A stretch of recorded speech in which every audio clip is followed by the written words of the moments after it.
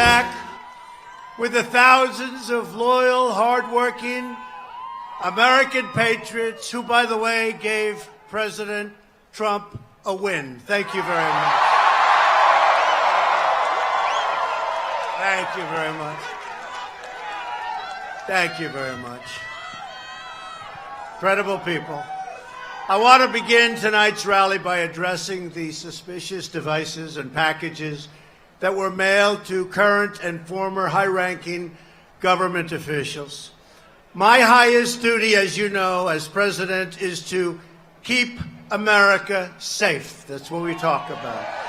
That's what we do.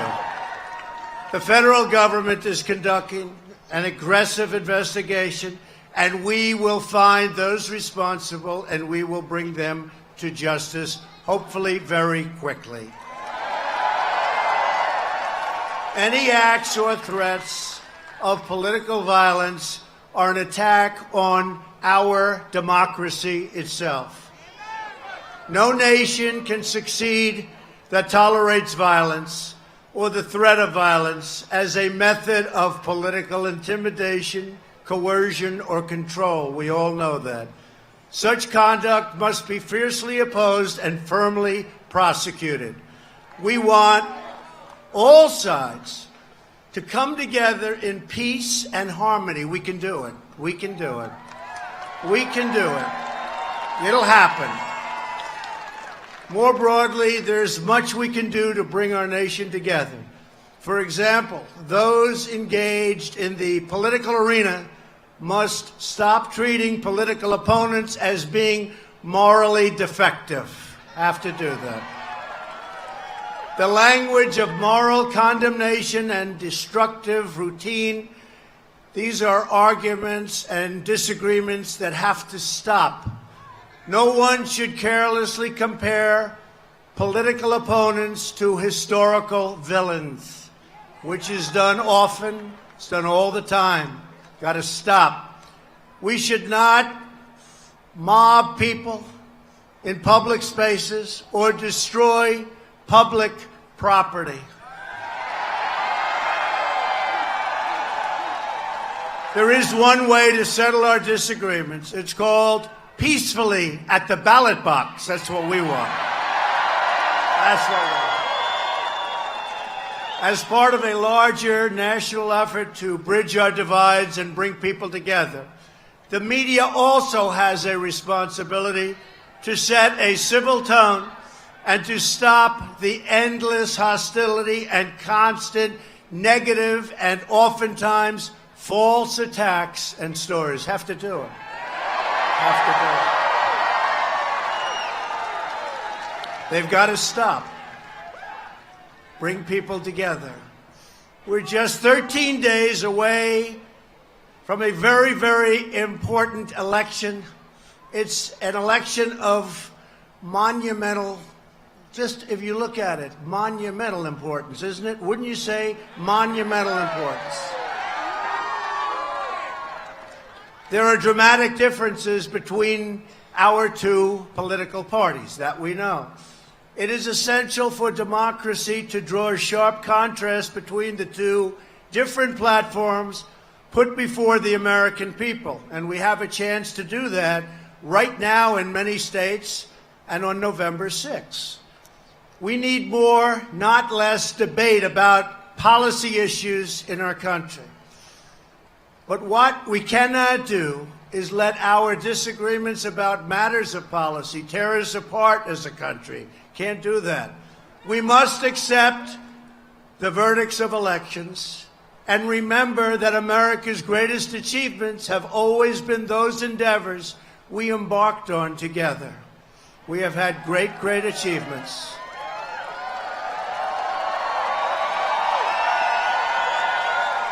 So true. So let's put it all together, right?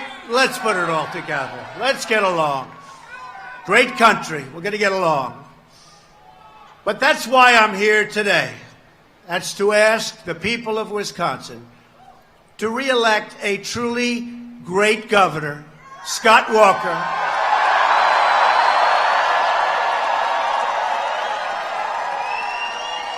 and to send an incredible woman and talent, Leah Vukmir, to the United States Senate. Leah.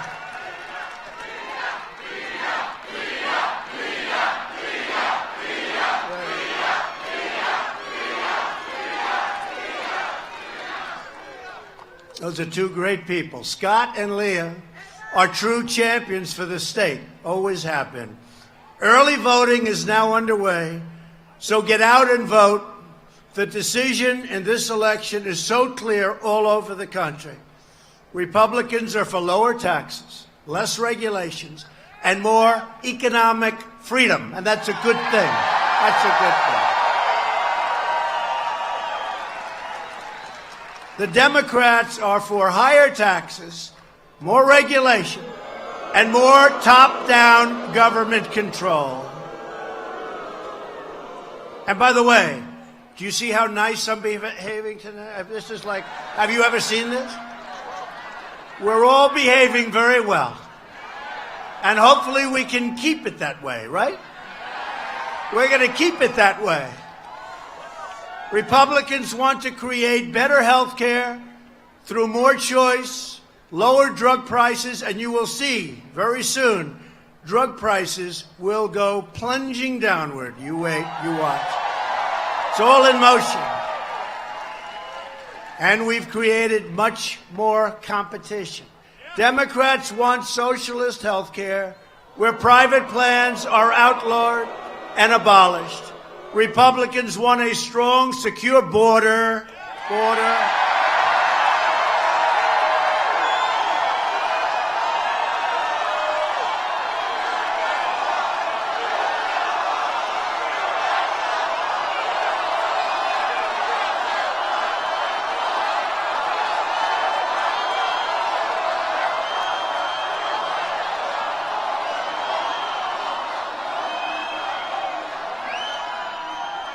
You knew it a long time ago, but when our country is assaulted by thousands and thousands of people marching, and they openly say, we're going to go into the country, we can't do that. We can't do that. Can't allow that.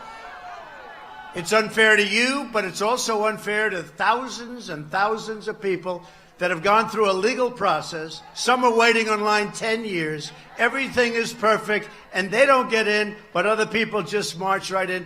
It will not happen. You watch. It won't happen. We can't let it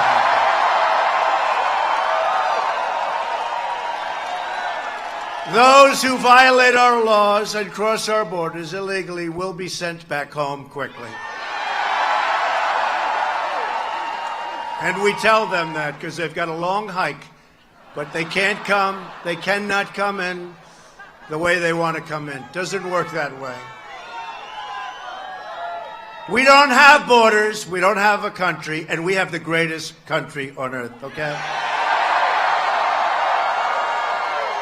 Republicans know that the rule of law is essential to national sovereignty, and we know that immigration enforcement is essential to public safety, national security, and the protection of American jobs, wages, and public benefits. You know that. And I said I was going to bring the jobs back. We have factories coming back. We have plants coming back. We have companies coming back. They're all coming back, and the jobs are coming back like you have never seen before. I said it. I just didn't know I could do it this quickly. I just didn't know. Democrats oppose any effort to secure our border. And wait till you see what we're doing with our border over the next few weeks. As you know, we started the wall, $1.6 billion, another $1.6 billion, and we have another, but we want to build it very quickly all at one time, and we'll get it done. But wait till you see what happens over the next couple of weeks. You're going to see a very secure border. You just watch.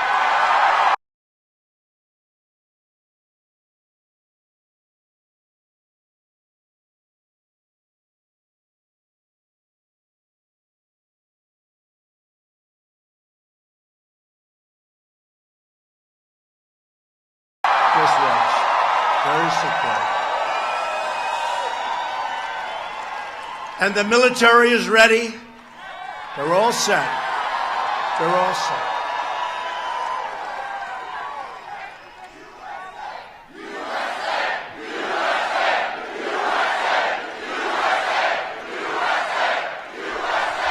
All right, folks, give me a second. They're all ready, and there's nobody left. All right, give me a second as I pause this. All right, so we have footage from inside the venue where President Trump is going to have his rally in Charlotte, North Carolina. I'm going to be putting it up on your screen in just a second, and if you guys can please share this live stream on social media, that would be amazing. Thank you so much in advance. Like I said, this is live footage in a second here.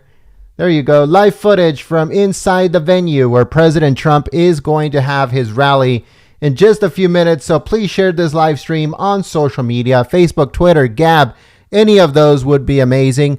If you're part of those groups on Facebook or on Twitter or on Gab or on Reddit, make sure to share this live stream on there too. We need as much help as we can possibly get.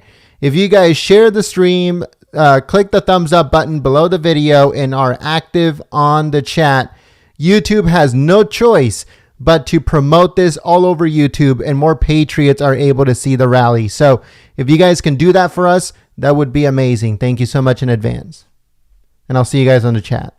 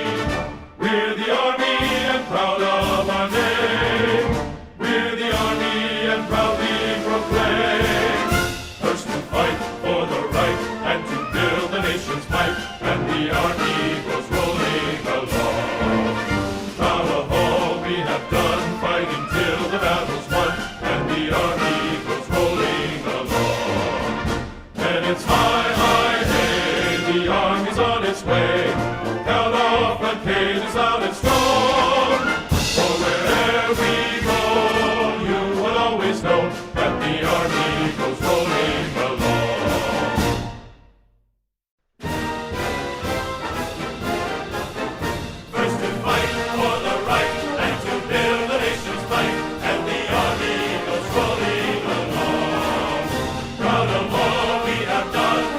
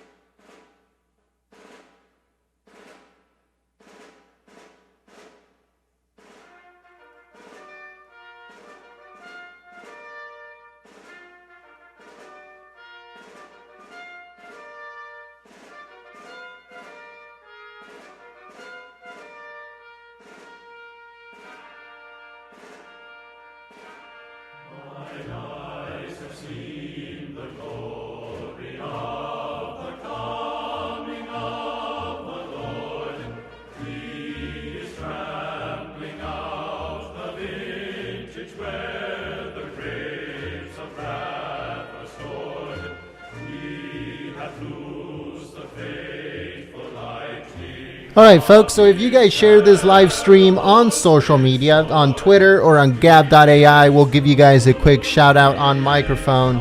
So if you guys can please help us in sharing this stream, that would be amazing. Thank you so much for your support. We need as much help as we can possibly get, folks, because you know how YouTube is. So if you guys would like to help us, please share the live stream on social media, Facebook, Twitter, Gab, Reddit, any of those. If you're part of those groups on any of those social medias, then if you can share it on there too.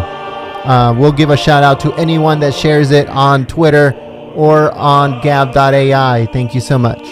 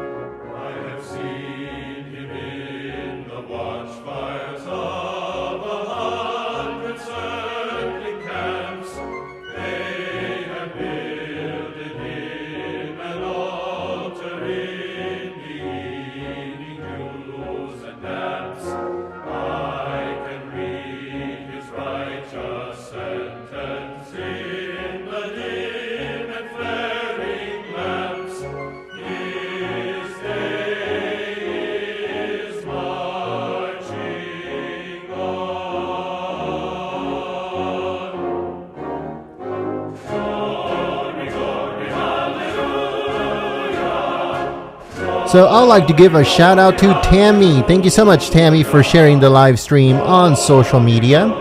Also, Shazad, thank you so much for sharing the live stream on social media. Let's see if we have anybody else, folks. Tara, thank you so much, Tara, for sharing the live stream on social media. We're trying to see if we have anybody else, folks. Who else do we have on here? Hadier Bust, I'm sorry. Thank you so much for sharing the live stream. We also have Dr. K. Thank you, Dr. K, for sharing the live stream. Mark Burris, thank you so much, Mark, for sharing the live stream on social media. We also have V. Rogers. Thank you so much for sharing the live stream. Terry Thomas, thank you so much, Terry, for sharing the live stream. Let's see, who else do we have on here, folks? Let's see. Give me a second. All right, so I think that's all that we have for right now. But thank you so much to all of those Patriots that are sharing the live stream on social media. You guys help out the channel so much, you cannot believe. Thank you.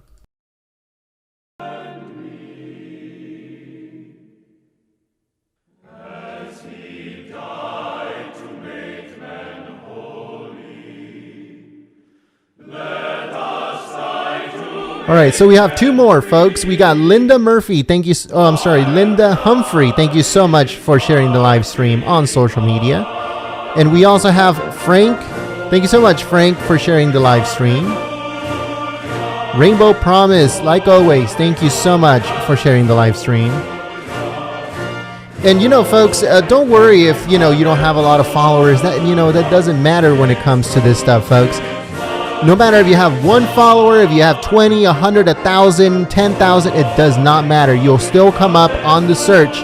So if another Patriot is looking up Trump Live or Trump Rally Live, then our live stream will come up. And that's how you guys help out the channel. You get people in here, you help us spread the word, and, that is how we get the ball rolling, folks. And that is what helps out the channel. So thank you so much.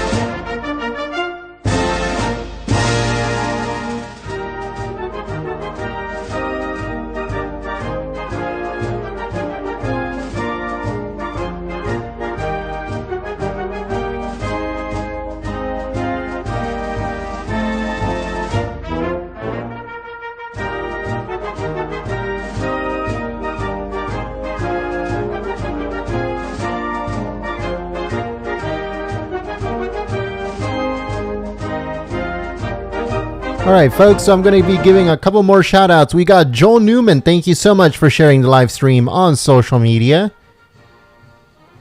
And I think that's it. Right, folks, if you guys share the live stream on social media. Oh, we also have Daisy Amos. Thank you so much for sharing the live stream on social media. So if you guys share the stream on Facebook or on Twitter and also on gab.ai, we'll give you guys a quick shout out. So don't forget to please help us and share the live stream on social media. Also, don't forget to smack the thumbs up button below the video, and you guys have to stay active on the chat. That way YouTube has no choice but to promote this live stream, even though they don't like it, folks. They don't want to promote these live streams. They don't want to put it out there so more people can see it.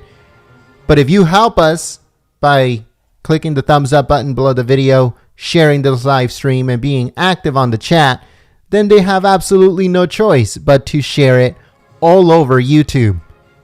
So if you want to red pill America, you want to red pill the world, then help us share this live stream on social media. And thank you so much.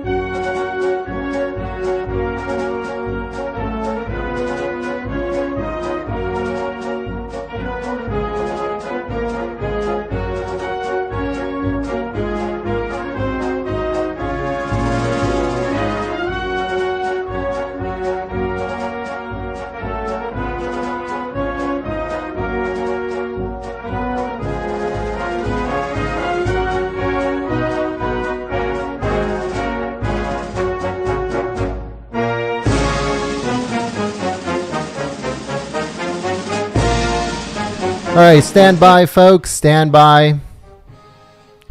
That always happens because of the... Here, let me turn on this music real quick. All right, so that sometimes happens because of the signal. Sometimes there's just way too much of an overload on the network, and that sometimes happens. So it'll be back in just 1 second, so sit tight. Thank you so much.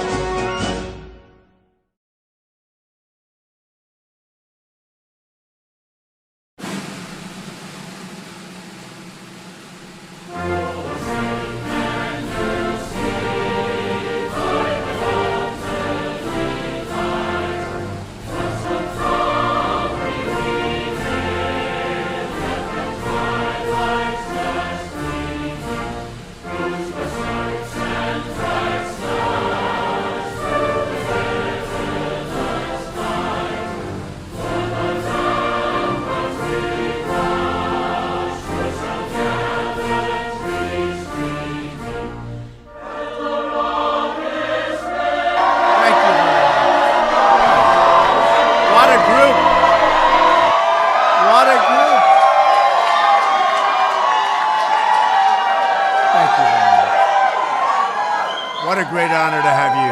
Thank you. It is a great, great honor to have you in the White House. Thank you very much. They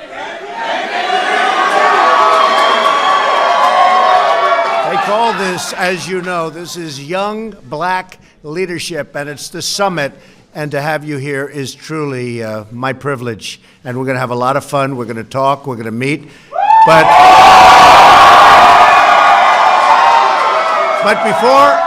before I do, I'd like to begin, and you are leaders, you're real leaders. I'd like to begin today's remarks by providing an update on the packages and devices that have been mailed to high-profile figures throughout our country and a media organization. I am pleased to inform you that law enforcement has apprehended the suspect and taken him into custody.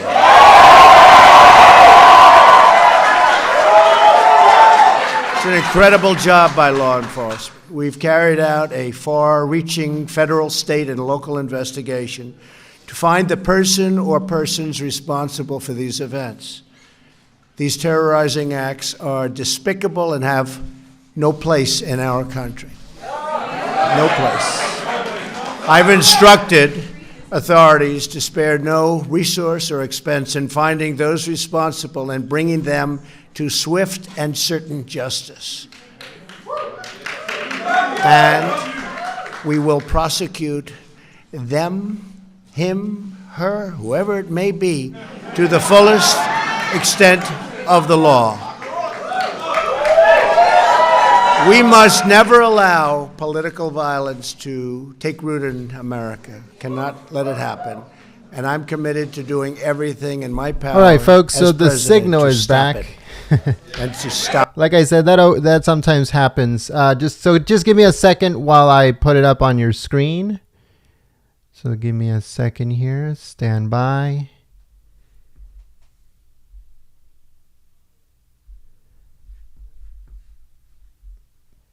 Stop it now.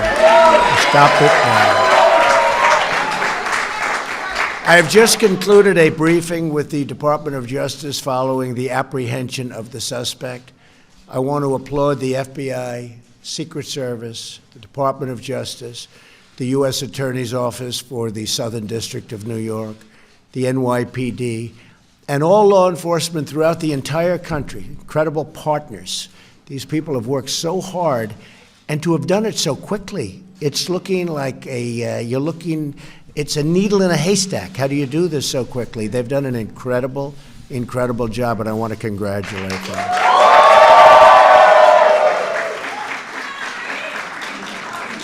But a bottom line is that Americans must unify, and we must show the world that we are united together in peace and love and harmony as fellow American citizens. There is no country like our country, and every day we are showing the world just how truly great we are. So you are really very special people. I wanted to say that before our little talk, and I appreciate the time you've given me. And boy, one day, one of you is going to be standing. It could be 3 or 4 of you, actually, but you're going to be standing right here. You're going to be standing right here. I have no doubt. I have no doubt. Who in this room wants to be president someday? So it's an ambitious group. It's an ambitious group. That's great. Anyway, thank you all very much. I really appreciate it. For the media, thank you very much. I thought I'd do that, and we feel very strongly. Again, congratulations to all law enforcement. We have the best in the world, and they just showed it. Thank you very much.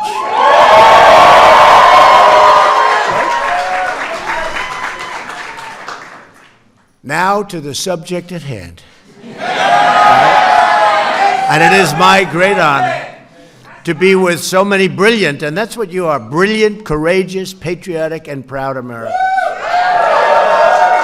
Seeing all of you here today fills me with an extraordinary confidence in America's future and the great, great future of our country. Each of you is taking part in the Young Black Leadership Summit, because you are true leaders on your campuses, in your churches, and in your communities. You are leaders. Leaders of the future. You're leaders of the present also. Remember that. You're leaders of youth. But it's really something to be your age, and where are you standing? In the White House. Not bad. Not bad. Not bad. And each of you is playing a historic role in making America great again for all Americans. We're proudly joined by the Secretary of Housing and Urban Development, Dr. Ben Carson. Where's Ben? Come up here, Ben. This guy was so tough, you know.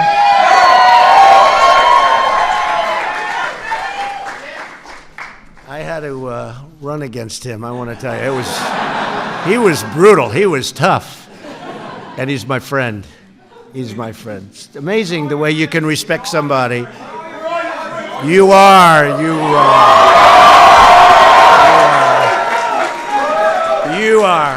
But it's incredible when you run against somebody, you're fighting and you're doing everything you can, you want to win, and then it sort of works, and you call up and say, who'd be a great guy for the cabinet? I say, what about Ben Carson? And Dr. Ben, he's one of the greats, and he's our friend. He was some tough customer, though. I don't want to have to go through that again, Ben, right? Well, I also want to thank my friend, Charlie Kirk from Turning Point. What a great person. Worked so hard. And Charlie has done a very special job. You know why? He found somebody who's an incredible person. Candace Owens. An incredible person. In fact, Charlie may go down. His greatest achievement may have been finding Candace Owens. I don't know. That's not bad, Charlie. That's not bad. Anyway, two incredible people. Thank you very much, Candace. Charlie. Thank you, man. Each of you represents the future of our nation. You know that. You are not afraid to stand up for your beliefs or stand against injustice. You refuse to be told by the same failed voices how to think or what to believe. You understand that. And you see what's happening with our country, how great it is, and how well different groups of people are doing. I mean, nobody would believe this. The Democrats are very nervous, I will tell you. They're, you know, supposed to be automatic. They do nothing for you, and that was supposed to be automatic. Not anymore. Not anymore, right? But you're not intimidated by the forces of political correctness because you embrace your own right to free thought and to free speech. History is fashioned by those like you who step up to the plate and get into the game and get the grand slam home run. I was going to say home run. Let's go for the grand slam home run. Right? That's what you're doing. That's what you're doing, man. That's what you're doing.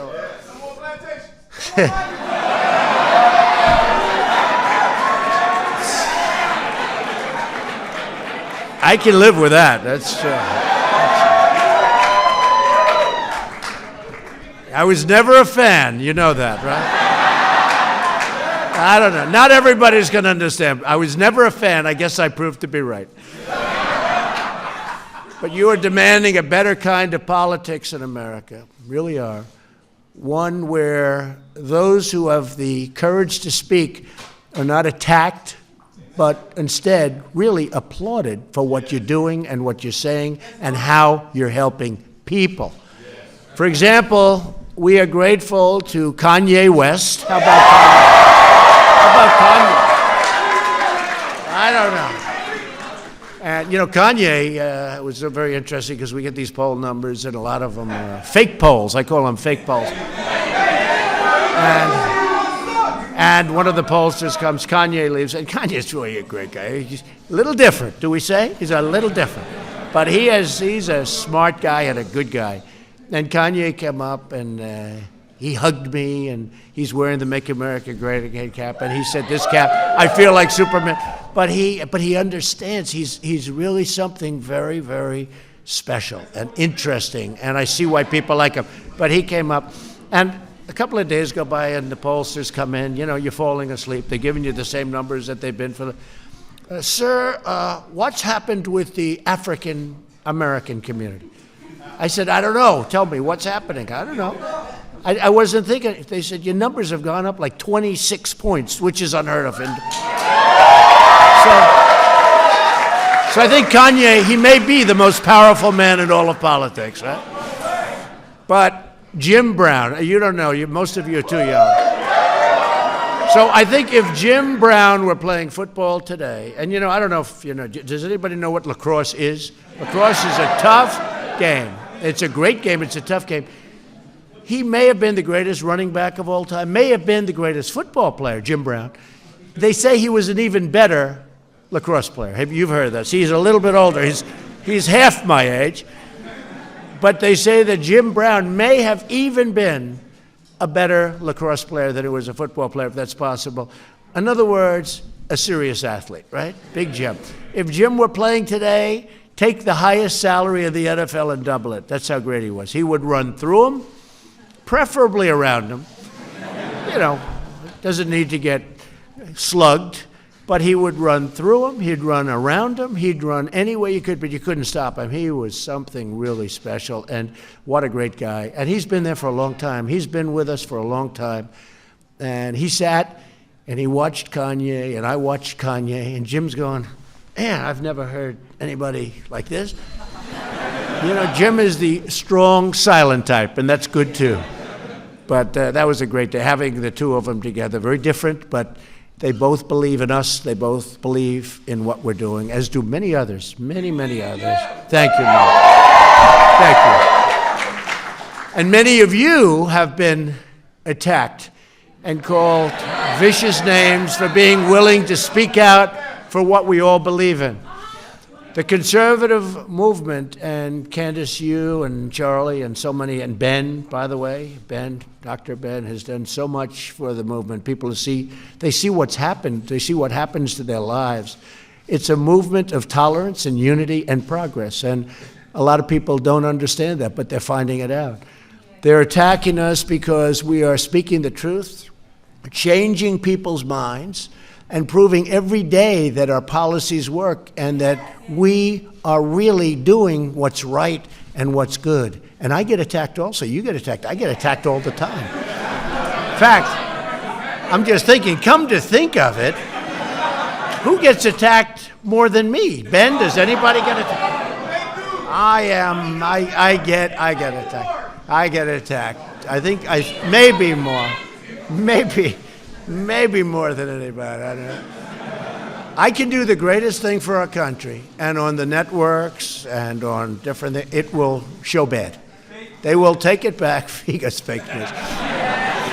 But they will, no matter what, if it's, I won't use examples, and today is just sort of a very special day because we caught somebody that hopefully, that'll all pan out to be 100%, but it probably will.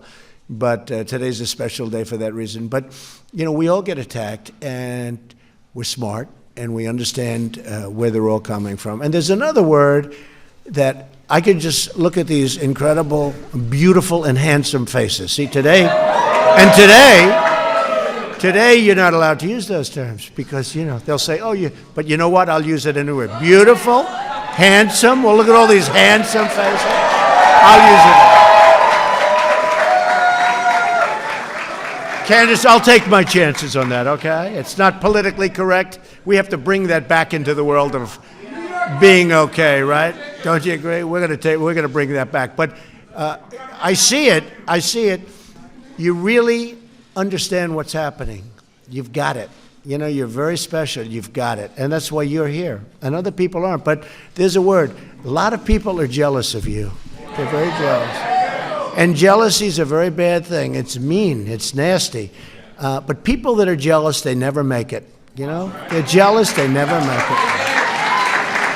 They'll be looking at you in 20 years, and you'll be at this plateau that they just will be so angry, and it's just, but remember, there's a word called jealous, and you have a lot of people that are very jealous of you and how far you've come and how quickly you've come. So I just want, it's an unfortunate thing, probably will be with us for a while, but that's a word that we have to understand because it's used against us very much.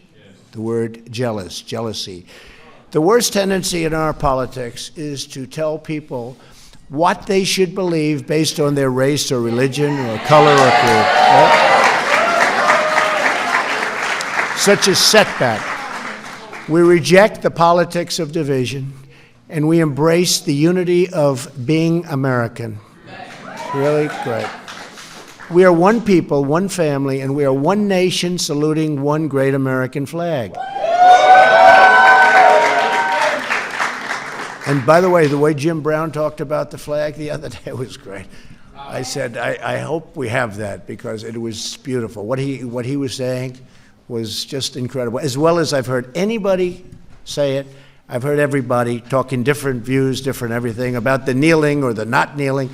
Jim Brown, the greatest of them all, Jim Brown talked about the American flag, and we have it, and it was incredible, and these folks have it, and I wish they'd put it on because it was incredible.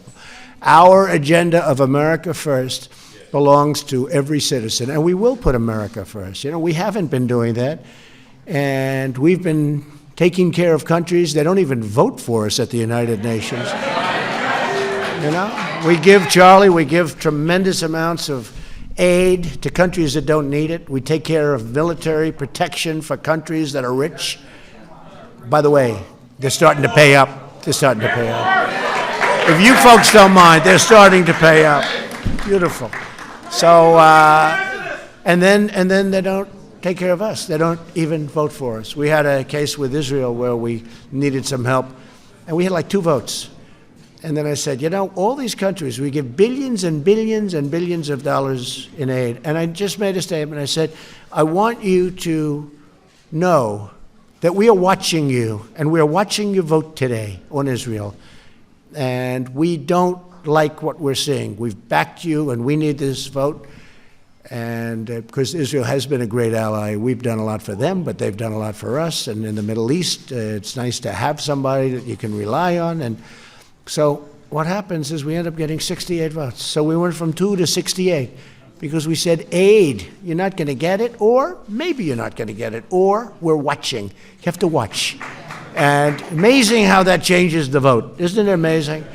But whether you're African American or Hispanic American or any American, really any American at all, you have the right to live in a country that puts your needs first. So we're so glad.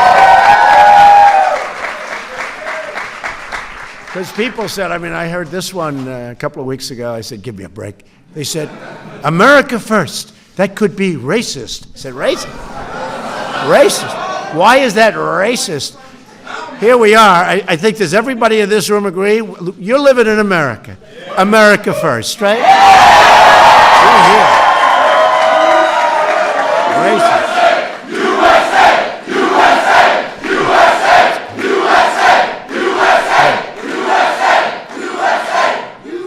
That is really beautiful. This is a beautiful meeting. I have to be honest with you. I go to a lot of them. Some of them I'm, a little bored. I do my thing. I say my words. I say bye, everybody. And I go and I say, it's all right. But this is to me, this is a very exciting place. Every citizen benefits from tax cuts, regulation cuts, and millions more of great paying jobs. Look at jobs. Every citizen benefits from lower crime, safer communities, and school choice. Every citizen benefits from reducing the price of prescription drugs, which we did yesterday, got very little coverage. I was told by a very prominent, congressman, I must say, a few of them, one was a Democrat, very strong, said the reduction of drug prices is more important than health care. And we're doing great on health care, but I've always wanted, it's been really a thing, and we set it up so it's so good, and we had a big announcement yesterday. And we are reducing drug prices tremendously. And it didn't get the kind of coverage it should have because it was a big thing. But, you know, they also were competing with this story that took place that now our law enforcement's done such a good job, so maybe that can start to disappear rapidly because we don't like those stories. But we're going to be reducing the prices of drugs and lowering the cost of health care very, very significantly. You're seeing that, and a lot of people are seeing it already. So it's a big thing. Thank you. Every citizen benefits when we stop foreign countries from cheating our workers. That's what they've been doing, you know. They're called globalists. They like the globe. I like the globe, too. But we have to take care of our people. We have to. Globalists. Come on. By demanding trade, and you know, when we have trade deals, we have to make good trade deals for our country. So when I took office, trade, we lost $807 billion that year on trade. Think of it, $807 billion. Nobody even knows what it is. What does that mean? It's so much. It's like, what does it mean? You know, if you said you lost 12 million, we lost $807 billion. We want our trade with other countries to be fair and reciprocal. The reciprocal is very important because we have other countries charging us tariffs of 100% and more, and we don't charge them anything. And now we're charging them, folks. Now we're charging. It's going to be, you're seeing a big difference. And every citizen benefits when we have a strong, beautiful border.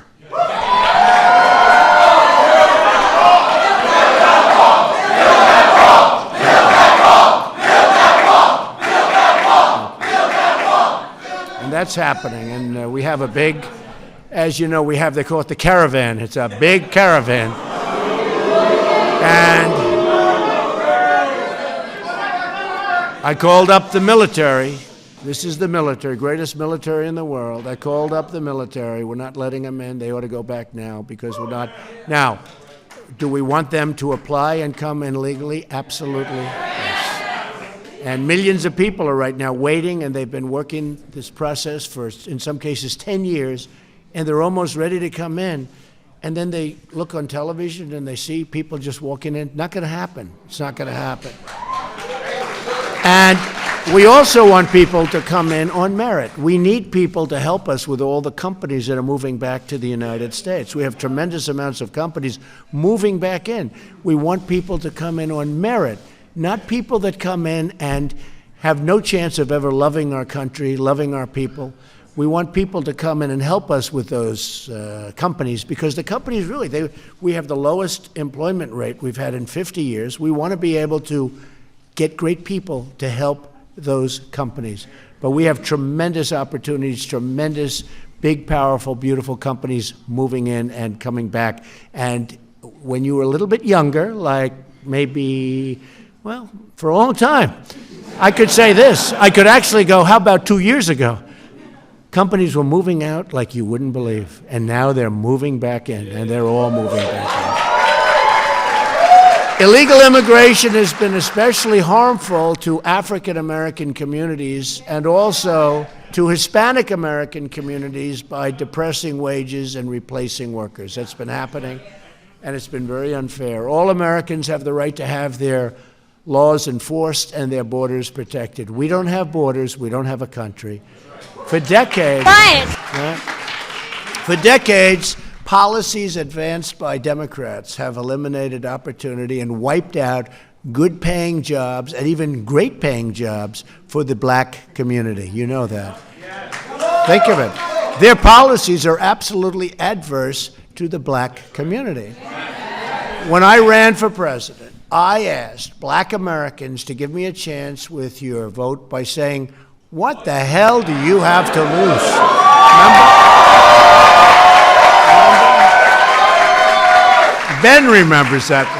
No, I'm making a speech, and I literally had like 20 points about how badly black Americans are being treated, African Americans are being treated, and it was point after point. Highest crime rate, highest this, worst household ownership, worst age. I'm reading these points. I'm reading them. And I had never seen them before. They were so bad. The crime was horrible in the African American communities. So I'm reading these points. Every one of them is run by the Democrats, every one of those communities. Every one. So I'm reading it, crime, the worst education, worst median income, everything, just point after point. Highest employment rate in the whole country by far. By the way, African American youth, unemployment rate like 58%. 58%. So I'm reading these numbers, and I just looked up. I say, vote for me. What the hell do you have to lose? Now, I'm going to be honest with you. So I finished the speech, and I got a big applause. But I finished the speech, I walked back, and my people told me, sir. I said, what? You shouldn't have said that. That's disrespectful. I said, what's disrespectful? What the hell do you have to lose? I said, what's disrespectful? And then I said it over and over at every speech. And you know what? My poll numbers, you saw, with African American went up, up, up, up, because they started saying, he's right. He's right. Hey, so much for so-called handlers, folks, right? My handler said, sir, we don't like that. And I said, you know what? People like it. And a lot of people have come up to me and they said, thank you for saying that, because it made a lot of people think. On every side of the equation, it made them start thinking. So I appreciate that very much. Now I want to talk about what we have done, and more importantly, what you have really gained. You've gained a lot, and we've all gained a lot. I promise to be a president for all Americans. And the amazing results that we've all achieved, you've helped us so much in your communities, incredible. But the results really speak for themselves. It was just announced last quarter that the economy beat all expectations, growing at 3%, 3.5%, and now they think it could be well into the fours. They just announced an estimate of 3.5, and these are numbers that were not even thought about. In fact, if during the process of going against in the primaries, and Ben, you understand this, if I would have ever said 3.5 or 4%, last quarter was 4.2%, it was 4.1, they elevated it to 4.2, people would have said that is the most dishonest statement for somebody to say that. So 3.5. And consumer spending is surging like they haven't seen. The African American unemployment rate has hit the lowest level ever recorded in the history of our country.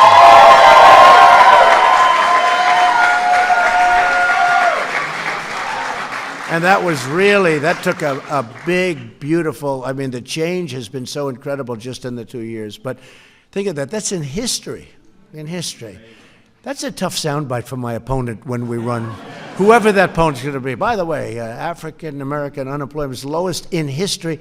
I don't know how you beat that soundbite. And we're going to do better and better and better. But now we'll just make it better and better. I vote Democrat again. You're right.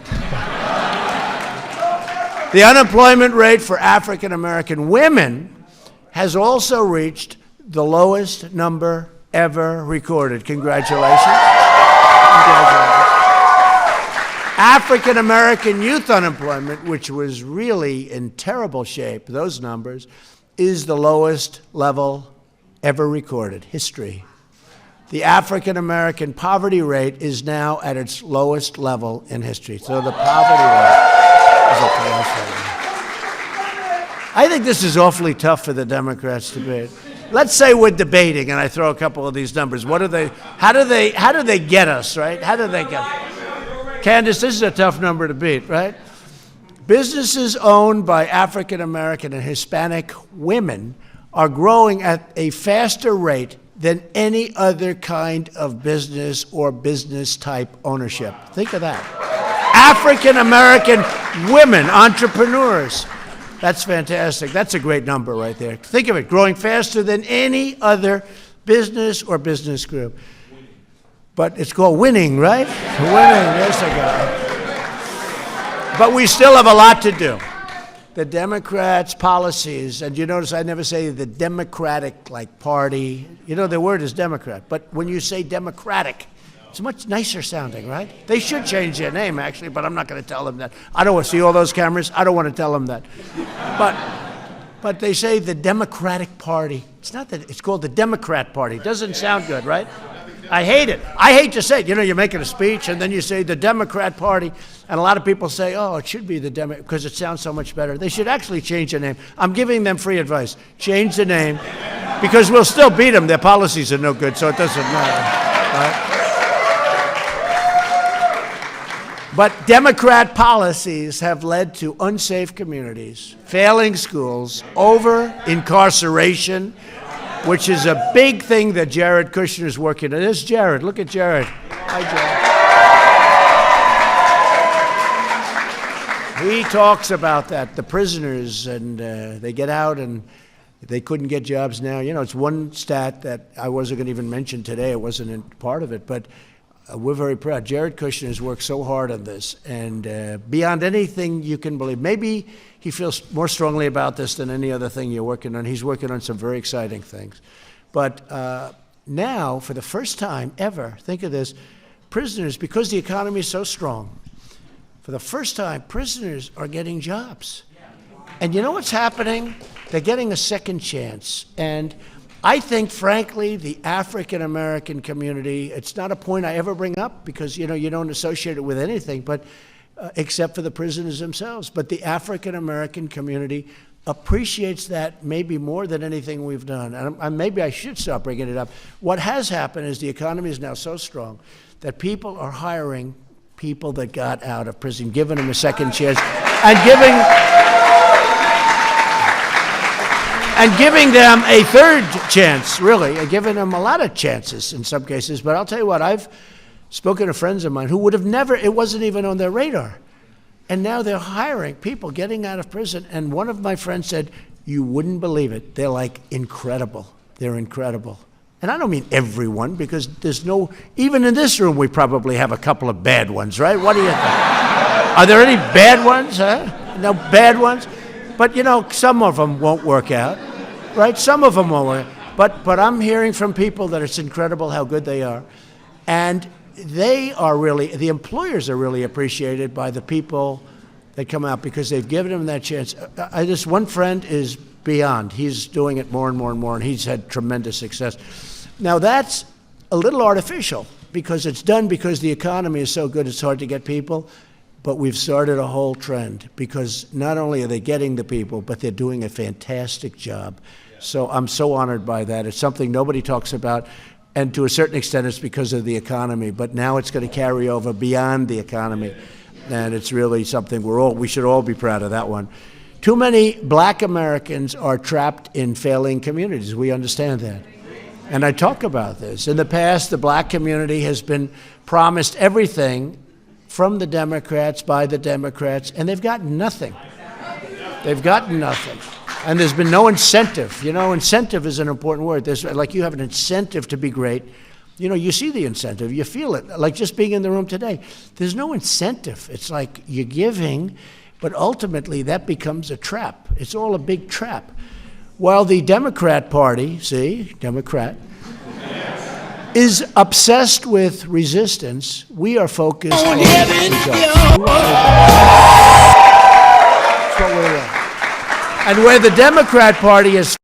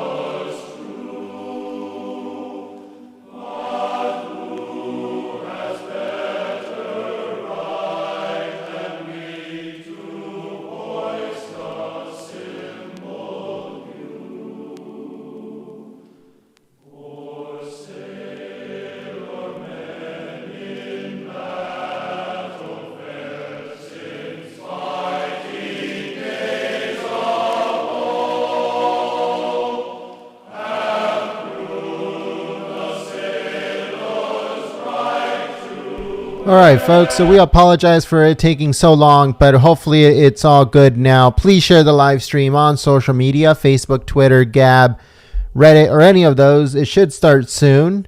Thank you so much for your support and for sharing the live stream. Thank you.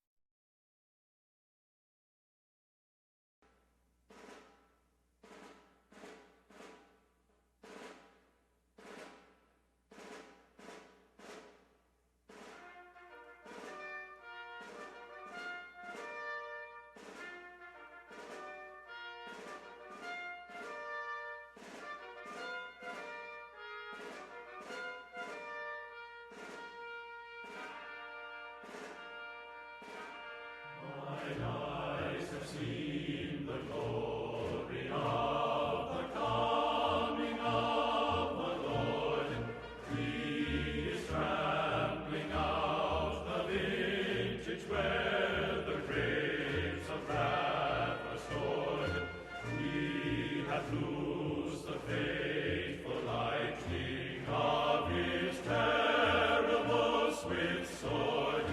His true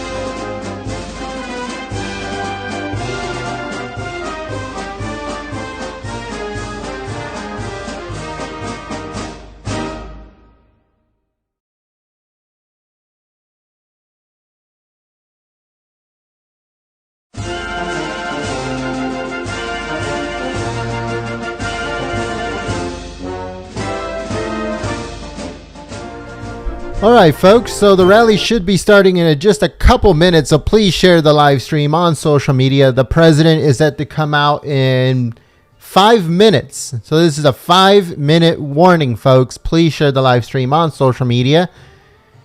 Not a big turnout today on this live stream, and but I don't know why. Maybe YouTube is suppressing, or I have no idea, but we need as much help as we can possibly get from you folks. Thank you so much in advance. Please share the live stream, give it a thumbs up, and share it on social media. Thank you.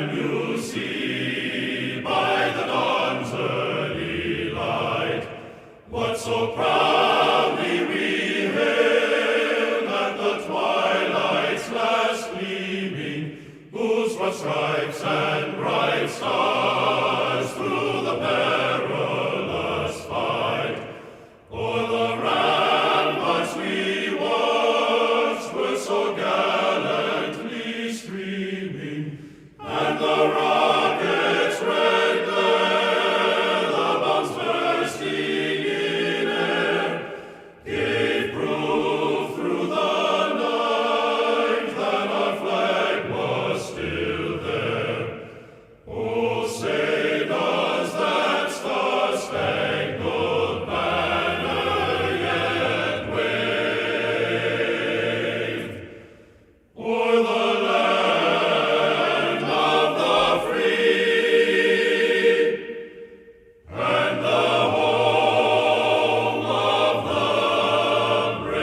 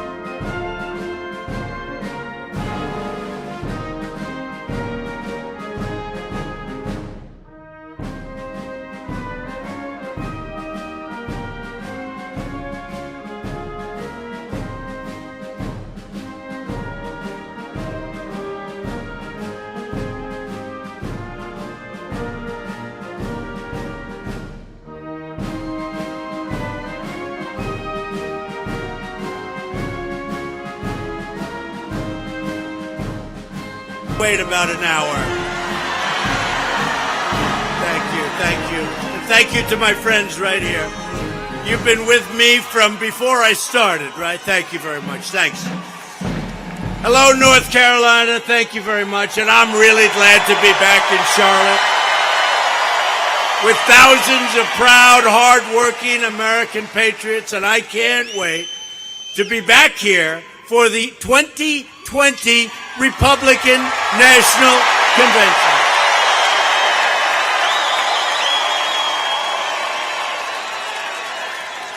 You had a lot of competition, but in the end, we said, let's do that North Carolina thing. Let's do that Charlotte thing.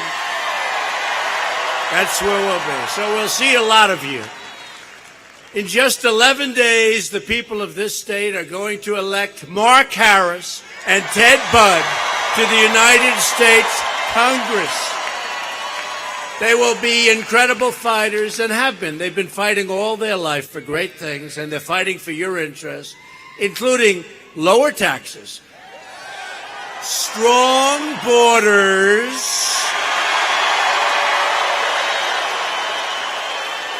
great health care, protecting pre-existing conditions, and removing job-killing regulations, which we've done more of than any administration ever. Early voting is now underway, so if anybody wants to leave, we'll save your place. You can come right back, go out and vote. Otherwise, definitely on November 6th, right? Did you vote yet? Did you vote? Whoa. Well, we really have. We've had a tremendous, all over the country, Republicans, we're hot. We're hot. And I don't think they're going to cool us off, no matter what they want to do. They try so hard, but I don't think that's going to happen. Before going any further, I want to briefly address the packages and devices that have been mailed to a number of high-profile individuals. As you know, the suspect has been captured. Great job. And is now in federal custody. These terrorist actions must be prosecuted and punished to the fullest extent of the law. We all know that. And I want to applaud the FBI, the Secret Service, and all state, local, federal officials for their incredible work in this investigation. I mean, they did an incredible job. This is finding truly a needle in a haystack when you think about it. We love our police and we love our law enforcement. Political violence must never, ever be allowed in America, and I will do everything in my power to stop it.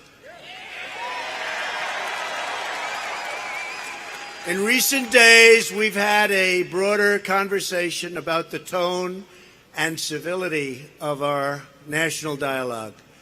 Everyone will benefit if we can end the politics of personal destruction. We must unify as a nation in peace, love, and in harmony. The media has a major role to play, whether they want to or not.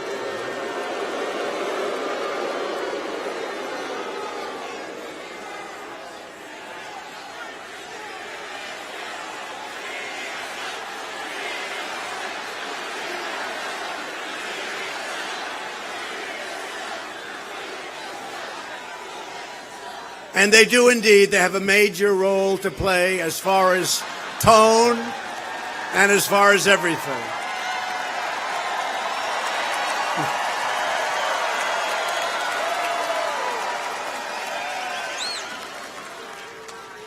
And we all say this in all sincerity, but the media's constant unfair coverage, deep hostility, and negative attacks, you know that, only serve to drive people apart and to undermine healthy debate. For example, we have seen an effort by the media in recent hours to use the sinister actions of one individual to score political points against me and the Republican Party. Yet when a Bernie Sanders supporter tried to murder congressional Republicans and severely wounded a great man named Steve Scalise and others, we did not use that heinous attempt at mass murder for political gain because that would have been wrong. It would have been the wrong thing to do. Many other examples could be brought up. Nor do we blame the Democrat Party every time radical leftists seize and destroy public property and unleash violence and mayhem. Yet the media has tried to attack the incredible Americans who support our movement to give power back to the people. That's what our movement is. Our supporters are some of the most honest, wonderful, like you, principled, hardworking, patriotic people on the face of God's earth. They pay their taxes, follow our laws, care for their neighbors, go to church and contribute to charity, and they are loyal to our country. All they want is a government that is loyal to them in return. And that's what they are getting from me, and that's what they're getting from my administration. And you know that. But despite all of this, just came out, 94% of the press I get is negative. Even when I do something wonderful, it's negative. Even when we do great things. You look at North Korea, how good are we doing?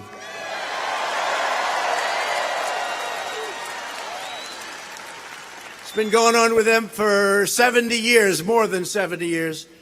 This is now our 4th month, and they always say, he's not moving fast enough. Fast enough? If I wasn't here, you would have ended up in a world war. You watch. I mean, you would have ended up in a world war. Or I heard even on Fox today, Brett Baer, I heard even on Fox, we had a great meeting with Vladimir Putin. And every time I see, Donald Trump had a bad meeting, I had a great meeting. We had great. And they play it up as negative as they can. It was a great meeting. We have all the cards. We have all the cards because we're the piggy bank that everybody wants to attack and rob and steal from. We have all the cards.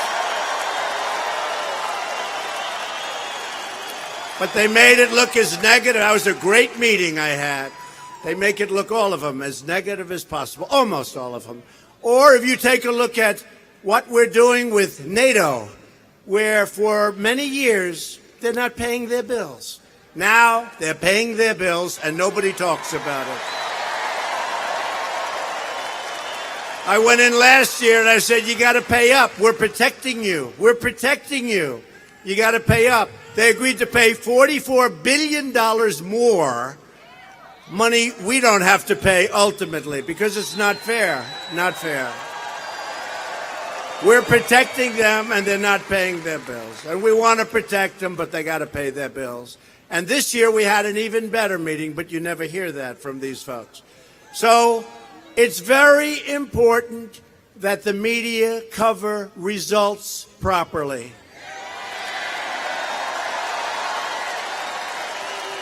And I could stand up here, I could give you all night long other examples, but these are just a few quick ones. I just heard the one with Russia. I'll tell you what, the worst thing that ever happened to Russia is when I won the election. That's the worst thing. Unbelievable. Unbelievable. And at the same time, getting along with Russia, getting along with China, getting along, frankly, with North Korea and South Korea and Japan and everybody else, that's a good thing, not a bad thing. In the meantime, we will keep delivering results like nobody else has delivered them for many, many decades for this country. And it is time for us to replace the politics of anger and destruction with a real debate about the real issues. And we want honest coverage from the media. That's all we want. This is one of the most important elections of our lifetime. Under Republican leadership, America is booming, America is thriving, and America is winning because we are putting America first.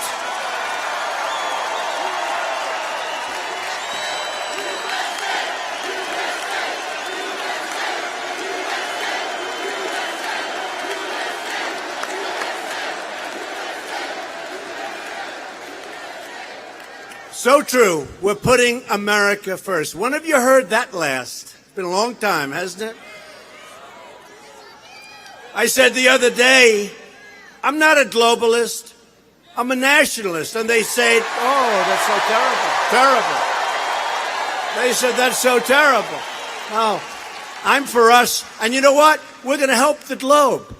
But we have to help ourselves as well. I want to help the globe, but we have to take care of ourselves also. So unfair what's been happening to our country for 25 years and longer. The unemployment rate just fell to the lowest level in more than 50 years.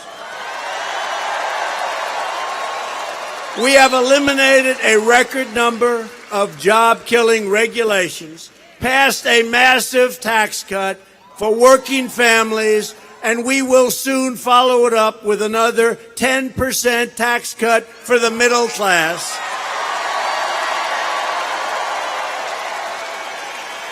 We are taking care of our great veterans, and our military will soon be more powerful than it has ever been before.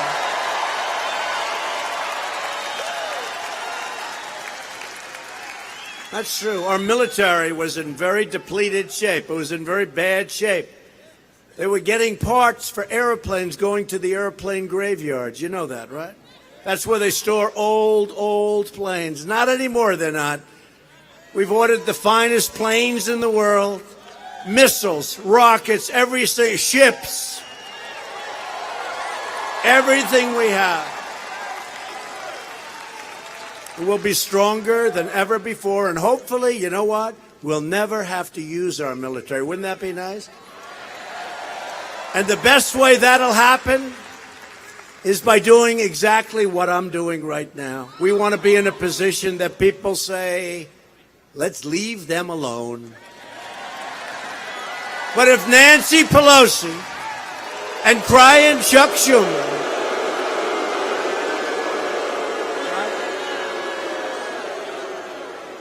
Nancy Pelosi.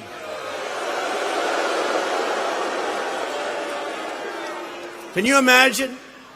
Speaker of the House, Nancy Pelosi? I don't think so. But if Pelosi and crying Chuck Schumer, remember crying? I've known him a long time. He never came close to crying except one particular night. And the radical Democrats get control, they will try to erase every single thing that we've achieved. Democrats want to raise your taxes. They want to impose socialism. That's what they're doing. They want to take away your Second Amendment, take away your strong health care that we're making stronger and stronger every single day. By the way, nobody talks about it, but we got rid of the individual mandate, the most unpopular aspect of Obamacare, where you had the great privilege of paying a fortune in order to pay a fortune to not pay for bad health care. That's not a very good, right? That's not a very good. No, we got rid of the individual mandate. That's big. And by the way, we've really radically changed that. And we had it beaten, but we didn't get one Democrat. I always say we didn't get somebody's vote, which is true. But we didn't get one Democrat vote either. Think of it. One Democrat would have repealed and replaced, but we're essentially doing the same thing anyway. It's been decimated by us. And now, if you notice, your premiums are going up at a much, much lower clip. And yesterday, which got very, very little print, very little ink by these great gentlemen and ladies, by the fake news. Oh, yesterday, it really did. It was a very important. We signed a bill. Prescription drug prices are going to come tumbling down. You know, we have other countries that for the same pill from the same company, made in the same plant, wherever the hell it's made, you go and you see that same pill, same box, same everything, selling for 10%, 20%, 30% of what Americans are forced to pay. That's all ending, folks. That's all ending, okay? So hopefully you don't need prescription drugs, but if you do, you're going to get them a hell of a lot cheaper because it's going this way. But the middlemen and the drug companies, but the middlemen are not thrilled with me right now. They're not thrilled with me. These were very rich people. They are not thrilled with Donald Trump right now. And the Democrats want to invite caravan after caravan of illegal aliens into our country. And they want to sign them up for free health care, free welfare, free education, and for the right to vote. They want to sign them for the right to vote. What's that all about?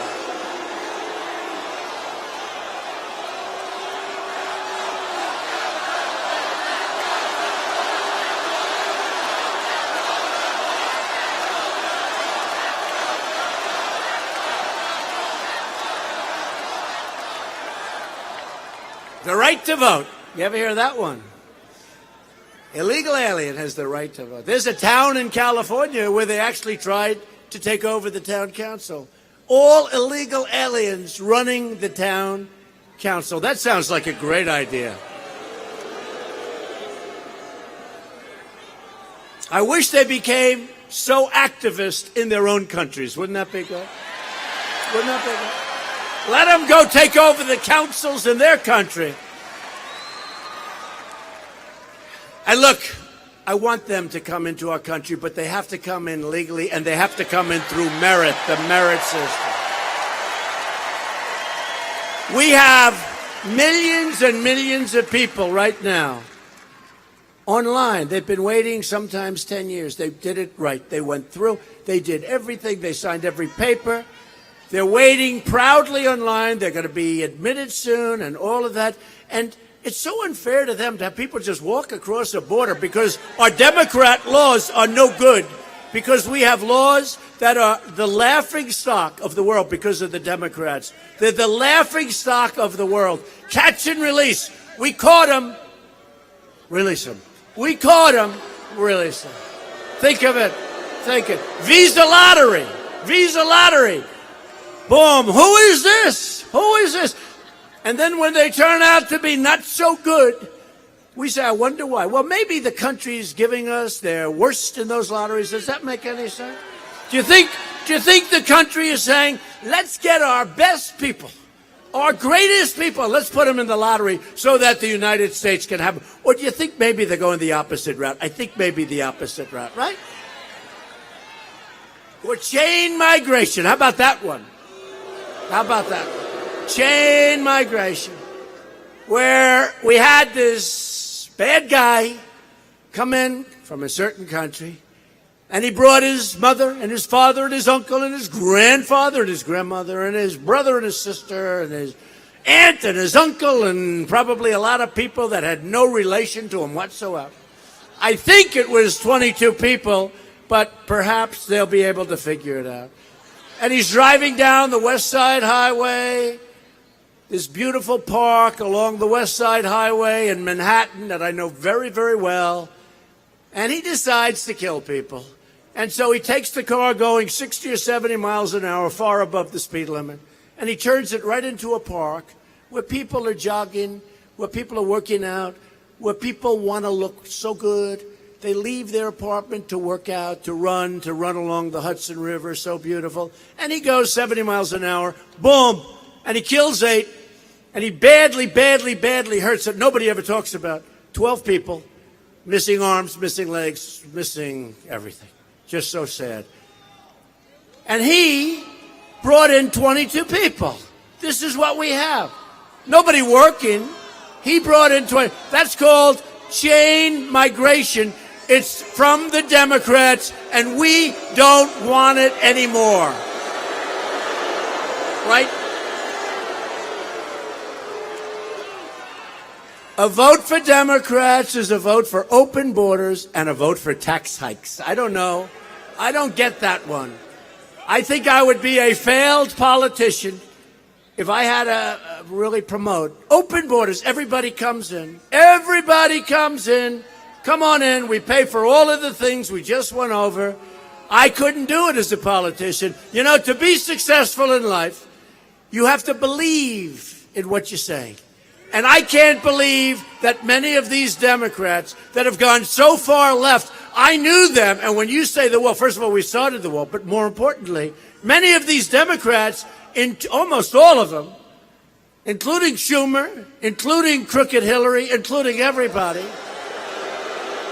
many of these Democrats approved the wall in 2006.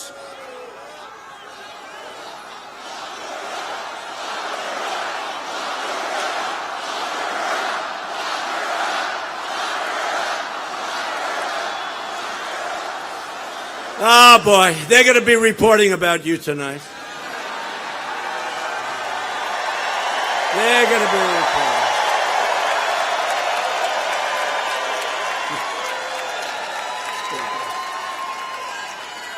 That's pretty cool. That hat is fantastic. Look at that. A vote for Republicans is a vote for safety and for jobs. Remember that. Earlier this month, we achieved yet another historic victory. A victory that people will appreciate over many, many years and maybe decades. We proudly confirmed the newest member of the United States Supreme Court, Justice Brett Kavanaugh.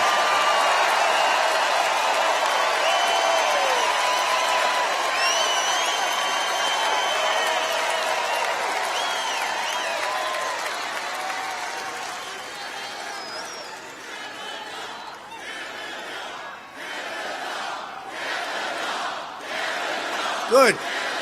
Remember that. Remember when you're going in to vote. Remember what you're saying. Because nobody has ever been treated more unfairly than Brett Kavanaugh. What happened to him and his family was an absolute disgrace. And by the way, we have many women here. Remember, I won women. Remember how we have many women here. We have many women here, some of whom have been with me, like this whole group, from the beginning, from almost before the beginning. We have many, and as I'm saying how unfairly he's been treated, they're all nodding. Look at you. They're all nodding their head. He was treated very unfairly, but you know what? We won, and he's going to be there for many, many years. And we put another great one there, Justice Gorsuch. You know that, Neil Gorsuch. Those are two great people, scholars, brilliant, genius, number one in their class, number one at Yale, number one at Yale Law. One of the greatest records you've ever seen. I used to hear about now Justice Kavanaugh. I used to hear 10 years ago. They said, there's a young man named Kavanaugh, Brett Kavanaugh. He's going to be a Supreme Court judge someday. I said, well, I'll never have anything to do because I'm having a lot of fun building buildings. I'm not. Why do you mention it to me? And look what happened, right? Look what happened. Look what happened. We had a lot of fun. This has been the greatest movement in the history of our country. Remember that. And in the history of most countries. Don't let them take it away with the false reporting and everything else. Don't let them take it away. This will be the election of the Kavanaughs and the caravans and law and order and tax cuts. And you know what? This will be an election, frankly, of common sense, right? It's common sense.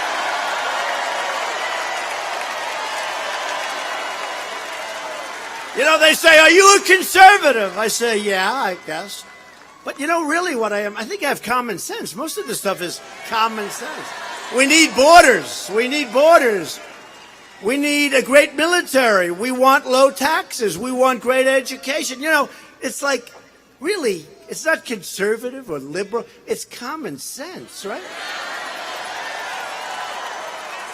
This election will decide the next Speaker of the House. And you know what I just said? We have to have great people there. And you know, we have a tiny, tiny majority. So small, you just can't, I won't say it, I've said it so many times, if a senator catches a cold, we delay the vote. That's the kind of majority we have. We essentially don't have a majority, okay? I think we're doing great in the Senate, and I think we're going to do really good in the House, but getting Mark and Ted in there, North Carolina, so important. Vote for Mark and Ted. And before we continue, let me take a moment to send our love and support to our fellow citizens in North Carolina, South Carolina, and throughout the Southeast who are still recovering from your devastating, that was a rain-soaked hurricane. That was a lot of water. I was here and I was in South Carolina, and you got hit. That was less wind, but more water, right? That was a bad one. But FEMA, first responders, the Coast Guard, the military, your local people have done a fantastic job. Fantastic. I spoke to somebody backstage who got hit hard, and I spoke to that person like just when it happened. And tonight I said, so how's it, okay? He didn't know what I was talking about. He's recovered. So you worked hard, and government worked hard. And it was really government and the people working together, and the way that North Carolina came back and South Carolina came back. And now we have Florida and Georgia, different. Michael, that was a different kind. Less water, but those winds were about as big as anybody's ever seen. They just wiped out. They ripped foundations. They didn't just knock a house down. They ripped the foundations out. That was like a massive tornado. The damage is incredible. I've never seen anything like it. Never. But I just want to say congratulations on doing a great job. And it's being finished up, and it's incredible, the job. North Carolina, congratulations. Congratulations. And tonight we also remember a fallen hero. North Carolina Highway Patrol Officer Kevin Connor. His family's here. His great family is here. Officer Connor was shot and killed in the line of duty on Wednesday. He was an 11-year veteran of the force, and he leaves behind a great wife and two young, beautiful children. This evening, all of America holds Officer Connor's family in our hearts and prayers, and we pledge our undying gratitude and support to the men and women of law enforcement. They are incredible. They are incredible. Thank you very much. Thank you. Thank you. We are honored to be joined tonight by many of your great North Carolina Republican leaders, including Lieutenant Governor Dan Forrest. Where's Dan? Where are they? Where are they? Where are they? Where's Dan?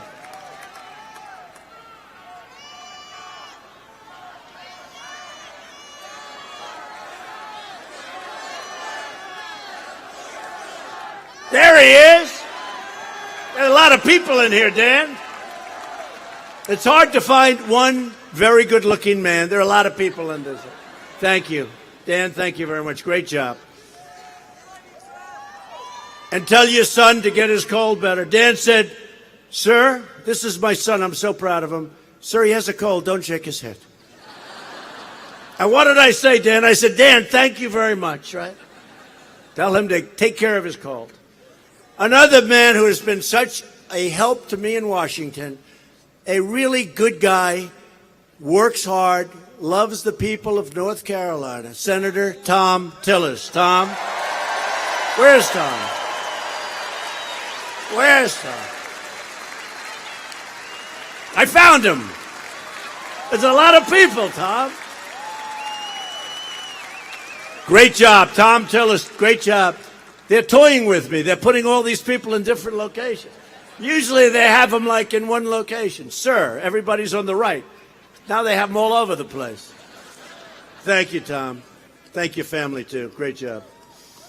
And Representative, he's got the greatest name in all of politics. Patrick McHenry, if you can't win with that name. Where's Patrick? Now, look at him. He's over in a different location. Patrick, they're toying with us. Patrick McHenry, greatest name in politics, and one of the most talented people in politics. Maybe that's more important to me, Patrick. Thank you. You do a fantastic job. And also a man who's become so popular. And I was with him from almost before he announced. And I'll never forget, a couple of years ago, he was running. And he was favored by so much that nobody went out to vote. Can you believe that can happen? He was favored. And I called him. I said, wow, that was closer than we thought. Literally, people thought they love him. And that'll never happen again. I mean, he still won by a lot. But a lot of people didn't vote for a man named Ralph Norman, who's fantastic. Ralph, wherever you are. Ralph? Ralph, right, Ralph? Remember I called you? I said, Ralph, never be so far in front that they don't want to vote, okay? Never let that happen. You're always 1 point down the next time, Ralph. Thank you, Ralph. Great job. And Ralph, I'll tell you, he's done a great job. We're also thrilled to be joined by a North Carolina native, because I love NASCAR. Do we like NASCAR? I love NASCAR. And I really love, you know what I'm talking about, the France family and Brian France. And Brian, we love you, Brian. Get in there, Brian. Good. Brian's going to be in great shape. Brian is a tough winner. And that whole France family, they're pretty good. You know, that's like owning the entire NFL. You know that, right? What a great thing. NASCAR, we love NASCAR. I love the drivers. I don't know if you know it, and I'm not saying this for political reasons because it doesn't matter. But I spent a lot of time in Lake Norman, right? Lake Norman. And a lot of the drivers live in my job in Lake Norman. And these guys, I'll tell you what, they take me for drives every once in a while, and they get it up to 200, 250. I say, get me the hell out of this car. Get me out of here. But we have one of the greatest winners ever in NASCAR. And now his grandson maybe will turn out to be an even bigger winner than him. You know who I'm talking about? Richard Childress. Where is Richard? Where is Richard? Where is Richard? Richard Childress. Is your grandson going to be better than you, Richard? Huh? Yes. See, that's the love. I have many friends who are bad people. Bad, very successful. And if their son is very successful, they're jealous of their son. You're supposed to love your son and grandson. And if they're more, but okay, so you're happy for your grandson, right? Good. Didn't he just win the big one? He won the big one. That's good. That means he definitely knows how to drive, huh? He's got that extra spurt. Thank you very much, Richard. Great job. What a great career.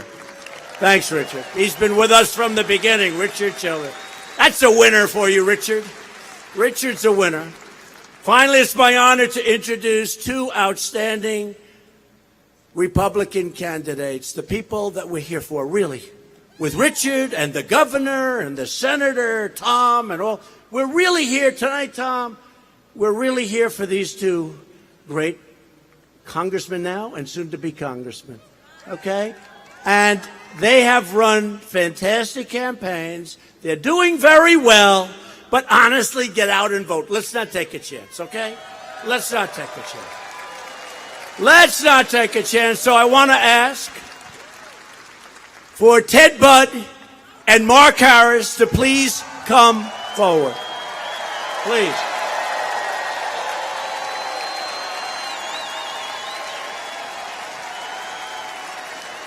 Ted Budd is a champion for the people of this state. He voted to cut your taxes, protect your pre-existing conditions, build the border wall, which we're working on, and wait till you see what we're doing next week. You're not even going to believe it. And protect your Second Amendment rights. And Mark Harris is another true fighter for North Carolina. He will vote to protect your jobs and cut regulations like never before, because that's what we're doing. He will vote to save your health care, secure our border, and stop illegal immigration. Ted and Mark, say a few words. Come on.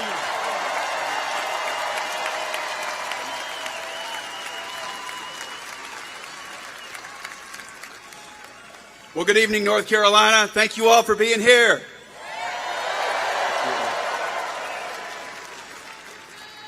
So, Mr. President, I want to thank you for your hard work. You're traveling all over this country, trying to get great members of Congress elected and reelected, too. Now, the status quo in Washington is trying to stop you, Mr. President, at every turn. We know that. Yes, we do. But here in North Carolina, Mr. President, we are proud of you, and we want you to know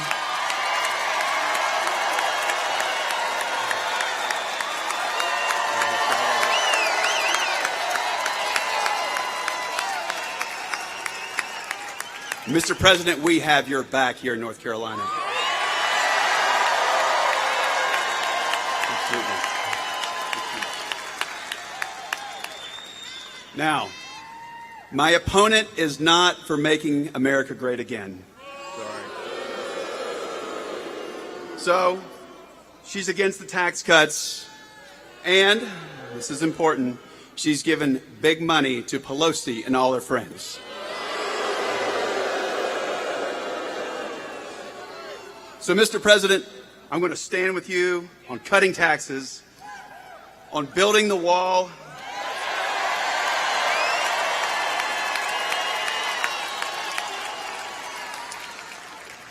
and draining the swamp.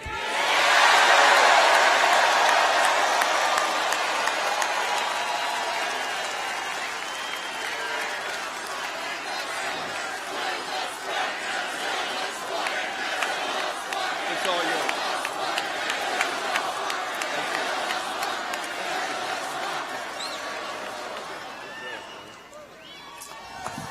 Well,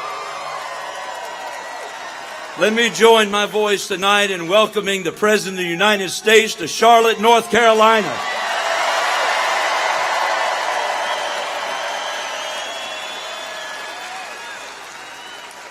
We are so excited about where we find ourselves tonight. You know, I read an article not long ago, in fact, it was just last week, where one of the Fox commentators, Mark Tyson, had actually written an article that said that President Trump, that you may indeed go down as the most truthful president in the history of our country.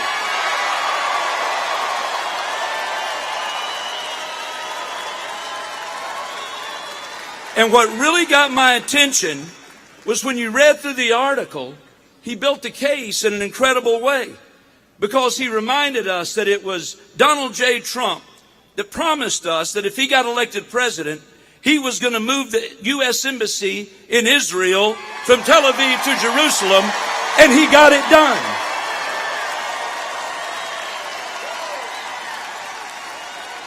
He promised us that he was going to bring historic tax reform, and guess what? He got it done. He told us he was going to roll back regulations and stimulate this economy, and guess what? He's gotten it done.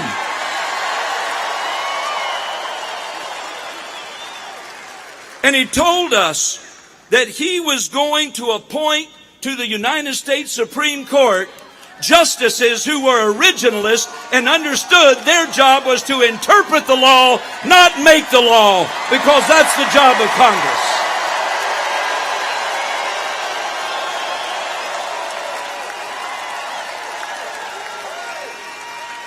And the only things that haven't gotten done yet, we're going to do it in 2019 when the Congress convenes, because we're going to hold the Republican majority in the U.S. House and the U.S. Senate. Mr. President, I want to join you, and let's get the job done. God bless you. God bless America.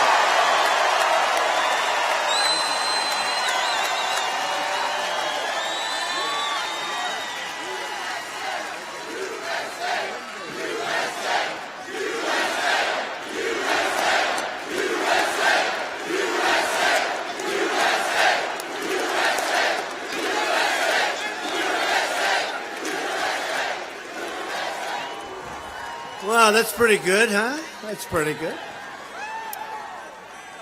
Thank you very much, Mark and Ted. Thank you very much. Get them to Washington, please, fast.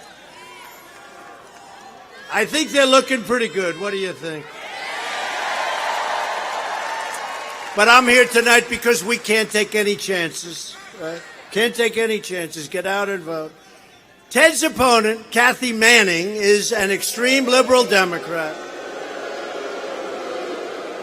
and a donor, as they said, and a donor to the campaign of Nancy Pelosi. And she's a big fan of Maxine Waters.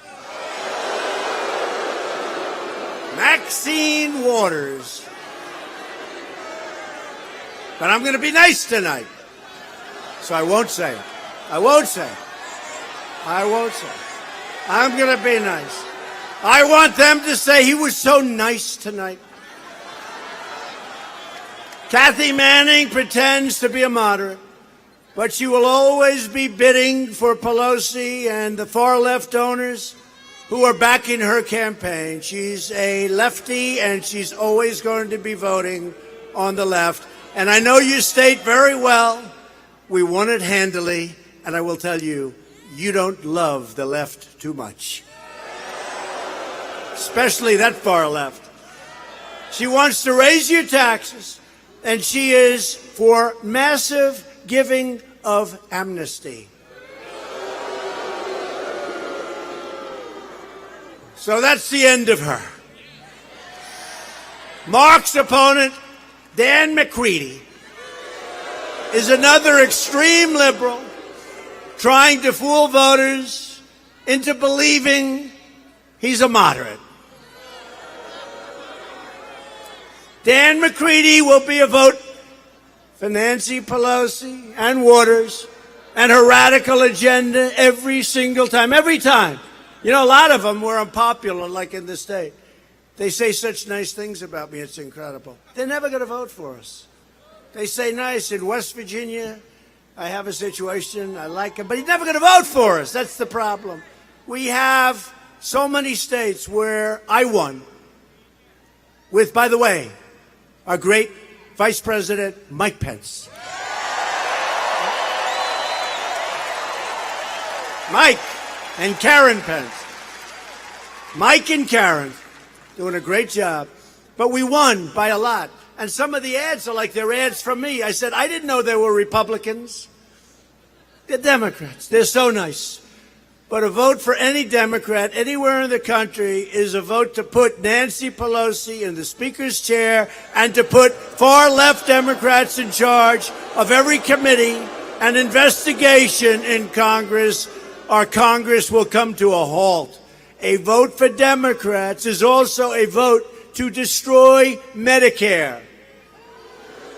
A majority of Democrats on the ballot for Congress have already signed up for a government takeover of health care that would eliminate the private insurance of 5.4 million people from North Carolina. You don't want that. And you have to wait. You'll have to wait like our great soldiers, our great warriors. They had to wait for 2 weeks and 3 weeks and 7 weeks to see a doctor. Do that plan. You'll be waiting for 7 weeks to do that also. We have people from other nations where they have something similar. They come here when they need help because they don't have good medical care and they have to wait so long. The Democrat plan would just obliterate Medicare and terminate Medicare Advantage for almost do you know about this? Has anyone heard this? It will obliterate 700,000 North Carolina seniors who have been paying for this for years will not be taken care of anymore. Republicans want to protect Medicare for our great seniors who have earned it. And frankly, if you know about this stuff, they paid for it. They've been paying for it for many years. And Republicans will always protect Americans with pre-existing conditions. The Democrats will also destroy health care by giving free health care to illegal immigrants and much more than that. As we speak, the Democrat Party is openly encouraging millions of illegal aliens to break our laws, violate our borders, and bankrupt our country. That's what has to happen. Democrats' extreme immigration policies will overwhelm your schools, your hospitals, and communities and strain public resources to the breaking point. And Democrat sanctuary cities, a term you don't love too much around here, release criminal aliens straight out of jail and right onto your streets. Congratulations. Republicans believe our country should be a sanctuary for law-abiding Americans, not criminal aliens. And the Republican Party will always stand proudly with the heroes of ICE and Border Patrol and law enforcement. And we started the wall, and we'll finish the wall, but we have to do it faster. We want the money to finish the wall. And watch next week what's going to happen. Just watch. It'll be exciting. Going to be exciting, Tom. It's going to be great. If you want to uphold our laws, our borders, and our way of life, you need to vote for Ted Budd and for Mark Harris. Go out and vote for them. This election is about borders. This election is about jobs. In less than 2 years, we have created more than 4.2 million new jobs and lifted more than 4 million Americans off of food stamps. We've created almost 500,000 new manufacturing jobs. African American poverty has reached an all-time low.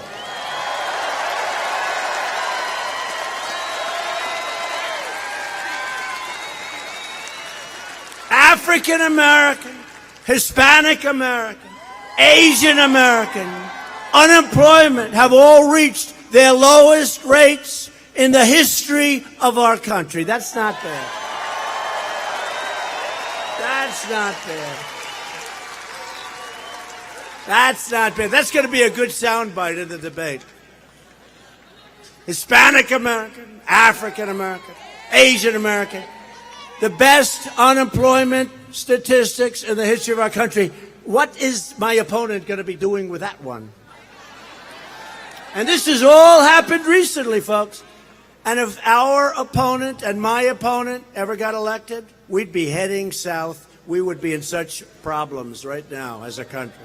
It was going that way. You know, it was going that way. You know, every time I come to a venue like this, or any venue, almost every time somebody comes back and says, big guy backstage, and he goes, "Sir, thank you very much for saving our country. Thank you very much."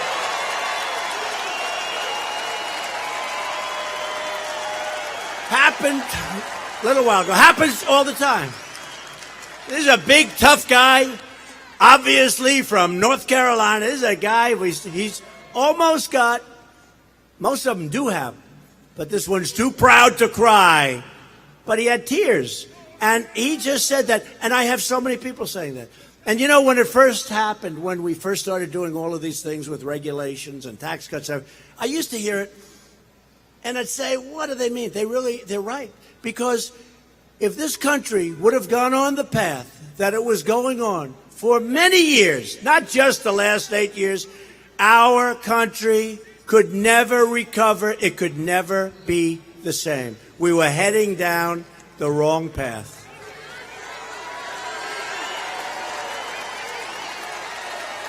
And I didn't save it. We all saved it. Because I said before, the greatest movement in the history. This is the greatest political movement in the history of our country. It is. I'm not even running for office. Look at this crowd. No, look at this crowd. I'm not even running. Think of it. Think of it. You know, the president came to North Carolina, just a nice president, a good president, even a really good president like Ronald Reagan. If a president came to North Carolina, what would happen? They'd go to a hotel, they'd have a conference room. That's my kind of guy right there. That's my kind of guy. No. Nice president. They'd go to a hotel. They'd have a conference room, 300 people, 350, and that would be considered a success. They'd say, wow, that was a good success. That was worthwhile. We have, the other night in Houston, the Houston Rockets, the arena, packed, set a new record. Outside, tens of thousands of people. 109,000 people 109,000 people wanted to go. And every place. But if they came to North Carolina, nice president, 300, 350 people, and then they go back to the White House. Look at this crowd. It's crazy.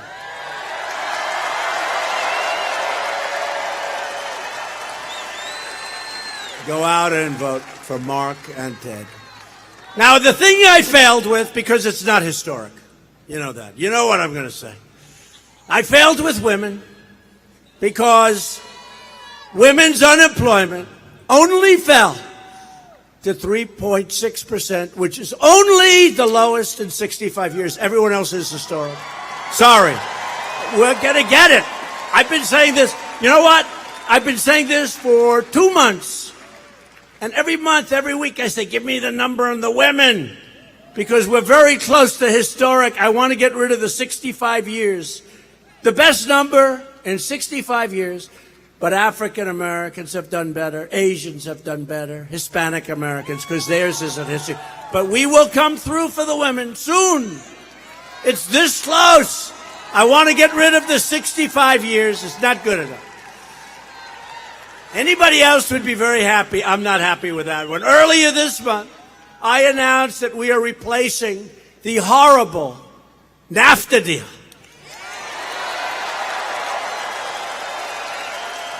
It's one of the worst trade deals ever made.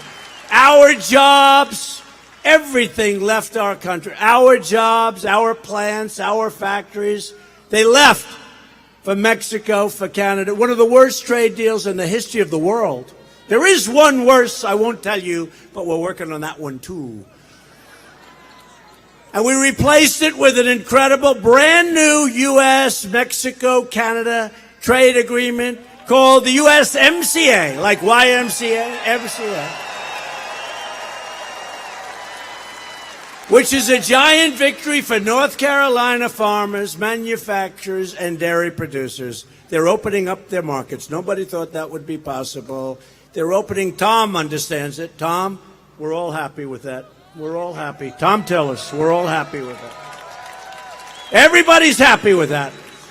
Even Chuck Schumer said, that's a good deal. I said, I want to go back and inspect that deal. There must be something. You got a lot of bipartisan support on that. That has to be good to get bipartisan support, Tom Tillis.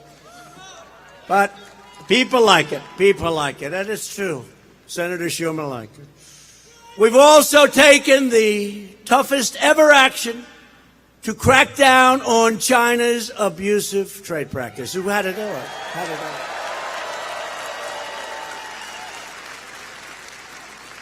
China's been taking hundreds and hundreds of billions of dollars a year out of our country for many years. We have helped rebuild China. I said, it's time to stop. And we are doing very well. We are doing very well. That's all I can say. They want to make a deal. I say they're not ready yet. They want to make a deal. First time you've ever seen this, though, right? First time you've never seen this before. China's had free wheel of our country. Give them whatever they want. Not anymore. Every day it's promises made, promises kept.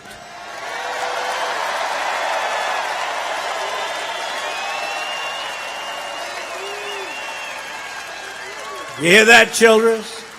You hear that, Mr. Childress, with those racing cars? You got to be crazy to drive those cars. We're bringing down the price of prescription drugs. Americans are tired of subsidizing the lower prices for other countries, and that's how it happened. By paying the highest prices, we pay the highest prices anywhere in the world. Congratulations, everybody. Yesterday, we just did something that was so terrific with Secretary Azar, a great gentleman, and we took the historic action to stop global freeloading and put American patients first. We're putting our people first. And I'm very proud because Senator Tillerson and others have really helped on this. We have approved, after 44 years, patients get life-saving treatments that we passed. It's called Right to Try. You know that, right? We have the greatest research in the world, the greatest drug companies in the world, the greatest doctors in the world. We have the greatest. And it would be online. It's a pipeline, and it took 12 years, 14, 15 to get something. We've got it down to a much shorter period, like 4 years, maybe less. But we have to be careful. But we have, in some cases, drugs or treatments or therapies that are fantastic. They're really looking good.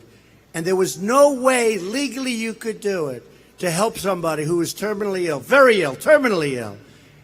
We couldn't use it. People were leaving the country. If they had money, they'd go all over the world. They'd go to Asia.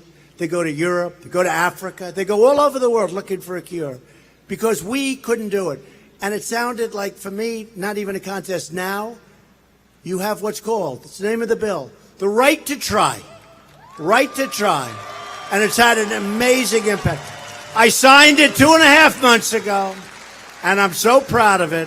Went through Congress, went through the Senate. Tom helped. They all helped. And I'll tell you what, it's great. And you know what? We've had some incredible stories. We've had some incredible results. And one of the things is you really do know whether or not something works, okay? You really do know. But we've had some incredible. So it's right to try. Hopefully, nobody in this room needs it, right? We don't want it.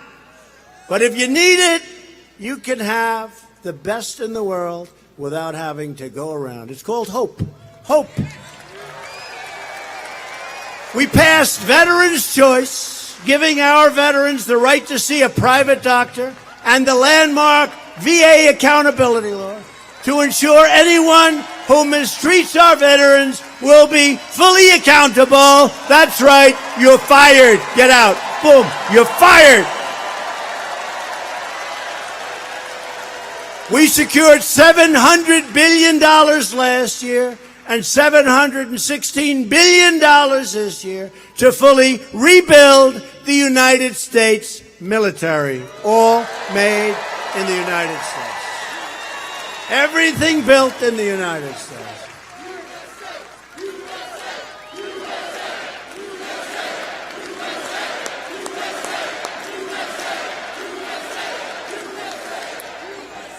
All built in the United States.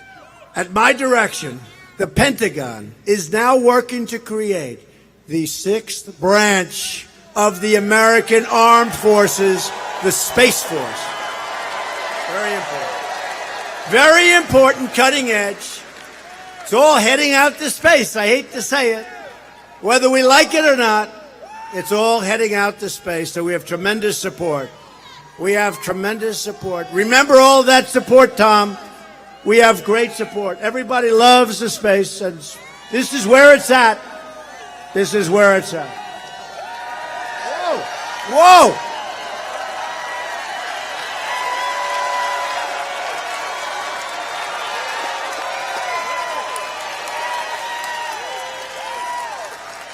It's true. People get so excited with the Space Force. But that's where it's at. I'm not doing it as fun and games. That's where it's at. And I'm not just talking about missiles going up or rockets going to Mars or going to, which is very exciting. I like that. I say let the private guys do it. You know, they're all having fun. Let them do it. We'll rent them our great facilities. That's what we're doing. We're renting them our great facilities. Let them spend their money. They want to go to Mars. I love it. They can hop on the ship themselves. I couldn't care less. They want to do it. I'm okay with it. they're rich. I don't know. Rich guys seem to like space. And I say they want to use our facilities. We'll charge them a small amount of money. Like, how about $25 million a launch? They'll say, okay. But NASA has been reinvigorated. But we need it from the standpoint of protection, offense, defense. We need it for our military. I withdrew the United States from the horrible, one-sided Iran nuclear catastrophe. And we have recognized the capital of Israel and opened the American embassy in Jerusalem.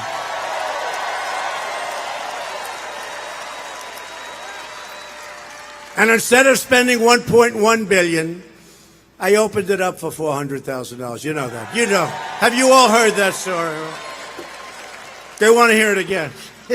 But we have opened it up for slightly less than budget. Budget was $1.1 billion. I'm saying, how do you spend it? Do we have any builders here, like knock-up houses and things? How do you spend $1.1 billion for a one-story building? We'll try and figure this out. But they came to my office. Sir, would you sign this? I said, okay, I'm signing because I signed so many papers. And I have Donald. So what's it for, General? Sir, we are building the U.S. Embassy in Israel. Sir, how much? $1.1 billion, sir. I said, whoa. I said, we'll never get this passed by Tom Tillis. $1.1 billion. We're not going to pass. I'm not going to. Don't worry. I'm not sending it to you anyway. I said, what do you mean? Sir, it will cost. We're looking for land right now. So I called up David Friedman, one of the best lawyers in New York, one of the biggest. He loves Israel. And he gave up, he made a fortune. And he gave up this massive amount of money. I won't even tell you what he made, too much. But he gave it up because he wanted to be the ambassador to Israel. I called David, very smart guy. I said, David, they want to spend $1.1 billion to build the embassy in Jerusalem. It's crazy. He said, could I work on it? Yeah. Calls me back 2 days later. He said, sir, we own the best piece of land in Jerusalem. We have a building on the piece of land. It's set back from the standpoint of terrorism. They want a setback. They don't like it on the street. We all understand that, right? It's set back beautifully. It's on a big site, like I think 18 acres, which is a massive site. We've owned it for a long time. We have a building on it. It's a good building, but it needs some renovation. We can take a big chunk of the building, renovate it. Sir, I can have it done for $180,000, he told me. 180. So I said, wait a minute. It's the first time I've ever done this in my life. I shouldn't tell you this. I'll get in trouble. They'll get me in trouble. I said, wait a minute, David. You won't believe what I'm going to say. I said, that sounds too cheap. It's no good. He said, I can do it for 180. I said, David, it's too cheap. Do it for 400,000 or 500,000. Please don't do it for 180. A 180, they're going to think you're kidding. Do it for like 400,000. Is that okay? Absolutely. And there's a stone called Jerusalem stone. I have a friend. He's a very rich person. The great Ron Barron. He's a great hedge fund guy, great, brilliant guy. And for years, he brags about his office. He said, I use Jerusalem stone. He gets it in Jerusalem. And it's one of the most expensive. He's so proud of it. He's more proud of Jerusalem stone than he is of his career. And he's made billions, okay? Really. And he always wants to show me his Jerusalem stone. I've been hearing it for years. So I said, David, can you use Jerusalem stone? You're in Jerusalem. He said, absolutely. I get it for peanuts. Can you believe it? So we have all Jerusalem stone. It's beautiful. And we ended up spending $400,000, and we opened it 4 months after I agreed to do it in the first place. We saved $1.1 billion. We got it open. Don't forget, the $1.1 billion, as a lot of people in this room would say, probably would never gotten built, and if it did, it would have cost $4.4 billion. So we did it for $400,000, and we're proud of it. And by the way, it's beautiful. It's really beautiful. They had their opening. It's beautiful. They have their embassy. They have their capital. And a lot of people are happy. Together we've made extraordinary progress, but we're just getting started.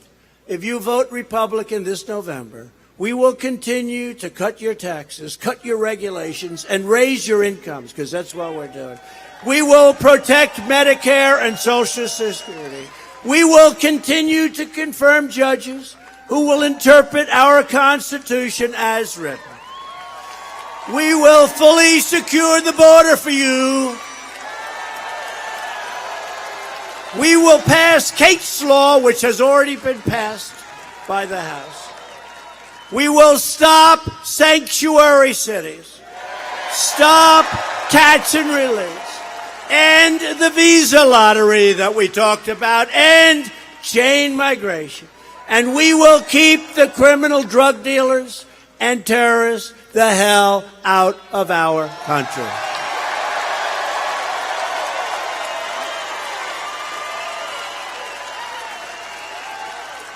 We will lift millions of our citizens from welfare to work, dependence to independence, and from poverty to prosperity. That's what's going to happen.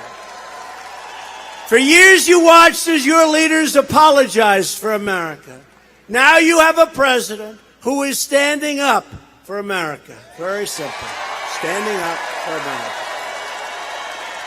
We are standing up for your values. We are standing up for North Carolina. And we are standing proudly up for our great national anthem.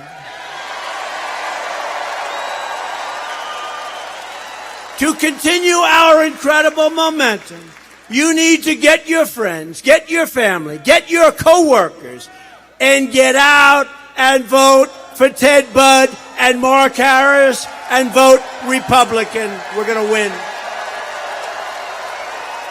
Loyal citizens like you help build this country, and together we are taking back our country, returning power to you, the American people.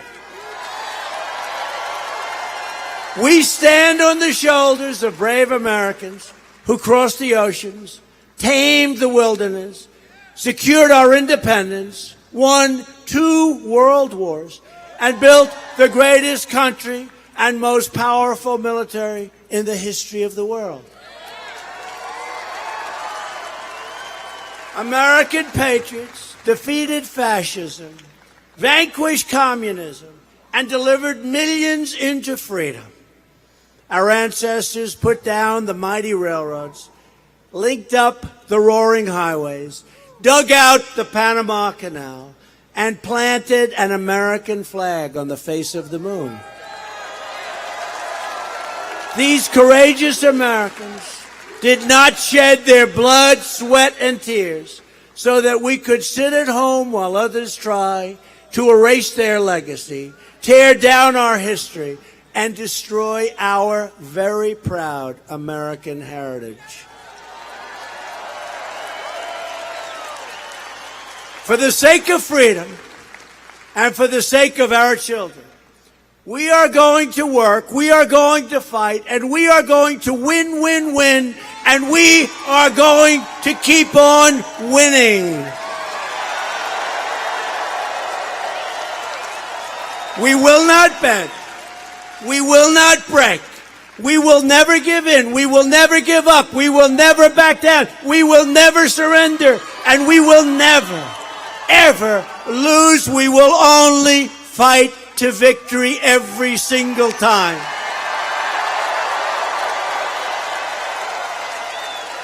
Because we are Americans, and our hearts bleed red, white, and blue. We are one people, one family, and one glorious nation under God. And together, we will make America wealthy again. We will make America strong again. We will make America safe again. We will make America great again. Thank you, North Carolina. Thank you. Thank you.